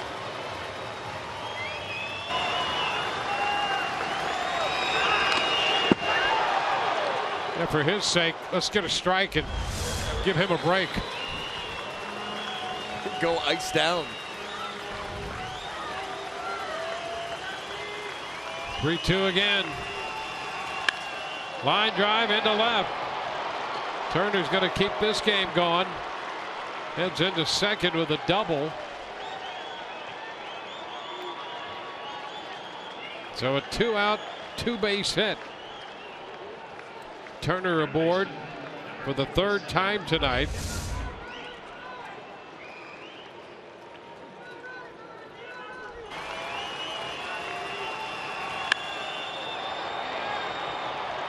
Turner expecting the fastball, gets the fastball. He's a good fastball hitter. Say what, you look at his numbers. Last year, hit over 300 against righties, 248 against lefties, 312 against righties. Can the Rays get their nemesis Howie Kendrick out to end this game? There's a strike and a nice pitch. And that would be a tremendous way to end this ball game. Slay the dragon.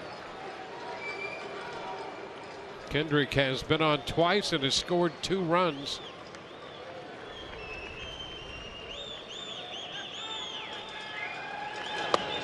Strike 2 call.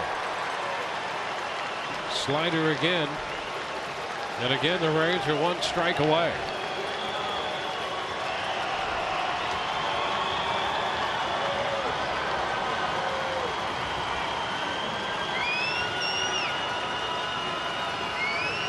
Two pitch. Taken wide. 1 ball, 2 strikes.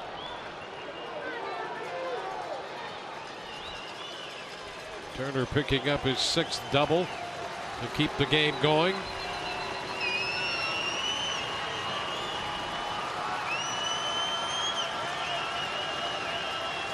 Now the 1-2. That's high. Okay, decision pitch right here. Make it. Yep. Whatever it is, the heat, the slider, finish him. 2-2 with 2 outs and a man at second.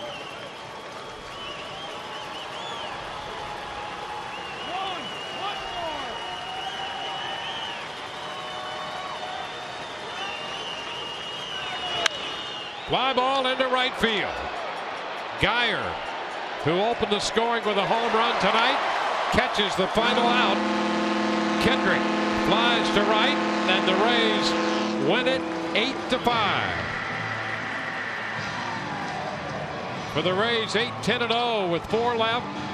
For the Dodgers, 5-8-1 with 8 left. Erasmo Ramirez will get the win. He is now 5-1. Save number 6 for Alex Colomé. Wood, the loser, he's now 1-3. With 3 hours and 21 minutes to play this game. And the Rays come away with a victory over the Dodgers for the first time since June 24th in 2007. Well, what a night for Curt Casale. He also hit a home run, had 2 hits tonight, and innumerable saves behind the plate. It was a physical night for Casale, catching 5 Rays pitchers. And the Rays get their 12th win of the year. And right down to the wire, at one point, the Rays built an 8-2 lead, and they wind up winning at 8-5. Well, yeah, and a lot of those, those runs caused by the walks. They had that inning where the Dodgers were able to score 3 runs on just 1 hit.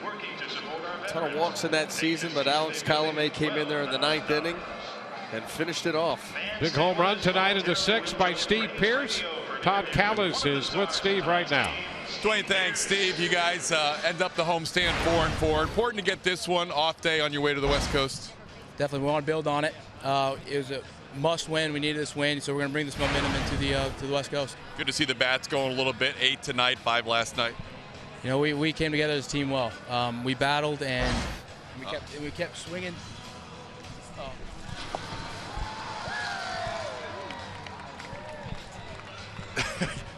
Forgot about the Rays tradition, huh? Yeah, what's the question again? You guys get a combined 13 in the last couple games against the Dodgers. Good to see the bats rolling a little bit. Definitely. You know, we have the potential. It's here, and you know, we know we can hit. And like we said, you know, this is good momentum going into the next series. Start the game with a double against Alex Wood. You get a homer later on in the game. What's your approach against a guy you hadn't seen before? I just look for anything. You know, I have an approach. Just go out there, look for anything up. You know, just don't want to chase anything. Just looking for my pitch and not try to do too much. Steve, final thing with this game tonight. Drew Smyly doesn't get the win, but he's kept you in so many games this year. Nice to get a win where he starts, even though it goes to Erasmo because he has been battling. Yeah, man, Smyly, he's great. You know, he gives us a chance to win every day, and that's all you can ask for out of the pitcher. All right, Steve, thanks for the time. Guys, back to you. All right, well, Erasmo Ramirez wins it. He's now 5-1 on the year. The Rays knock off the Dodgers 8-5. They finished 4-4 on the homestand, making 2 out of 3 from Baltimore, dropping 2 of 3 to Toronto, and dividing this 2-game set with the Dodgers. We'll be with you Saturday, 8:30 on Fox Sports Sun. Ron Anderson and the rest of our crew, Dwayne Stats. Hope you enjoyed the telecast. Rays are winners tonight.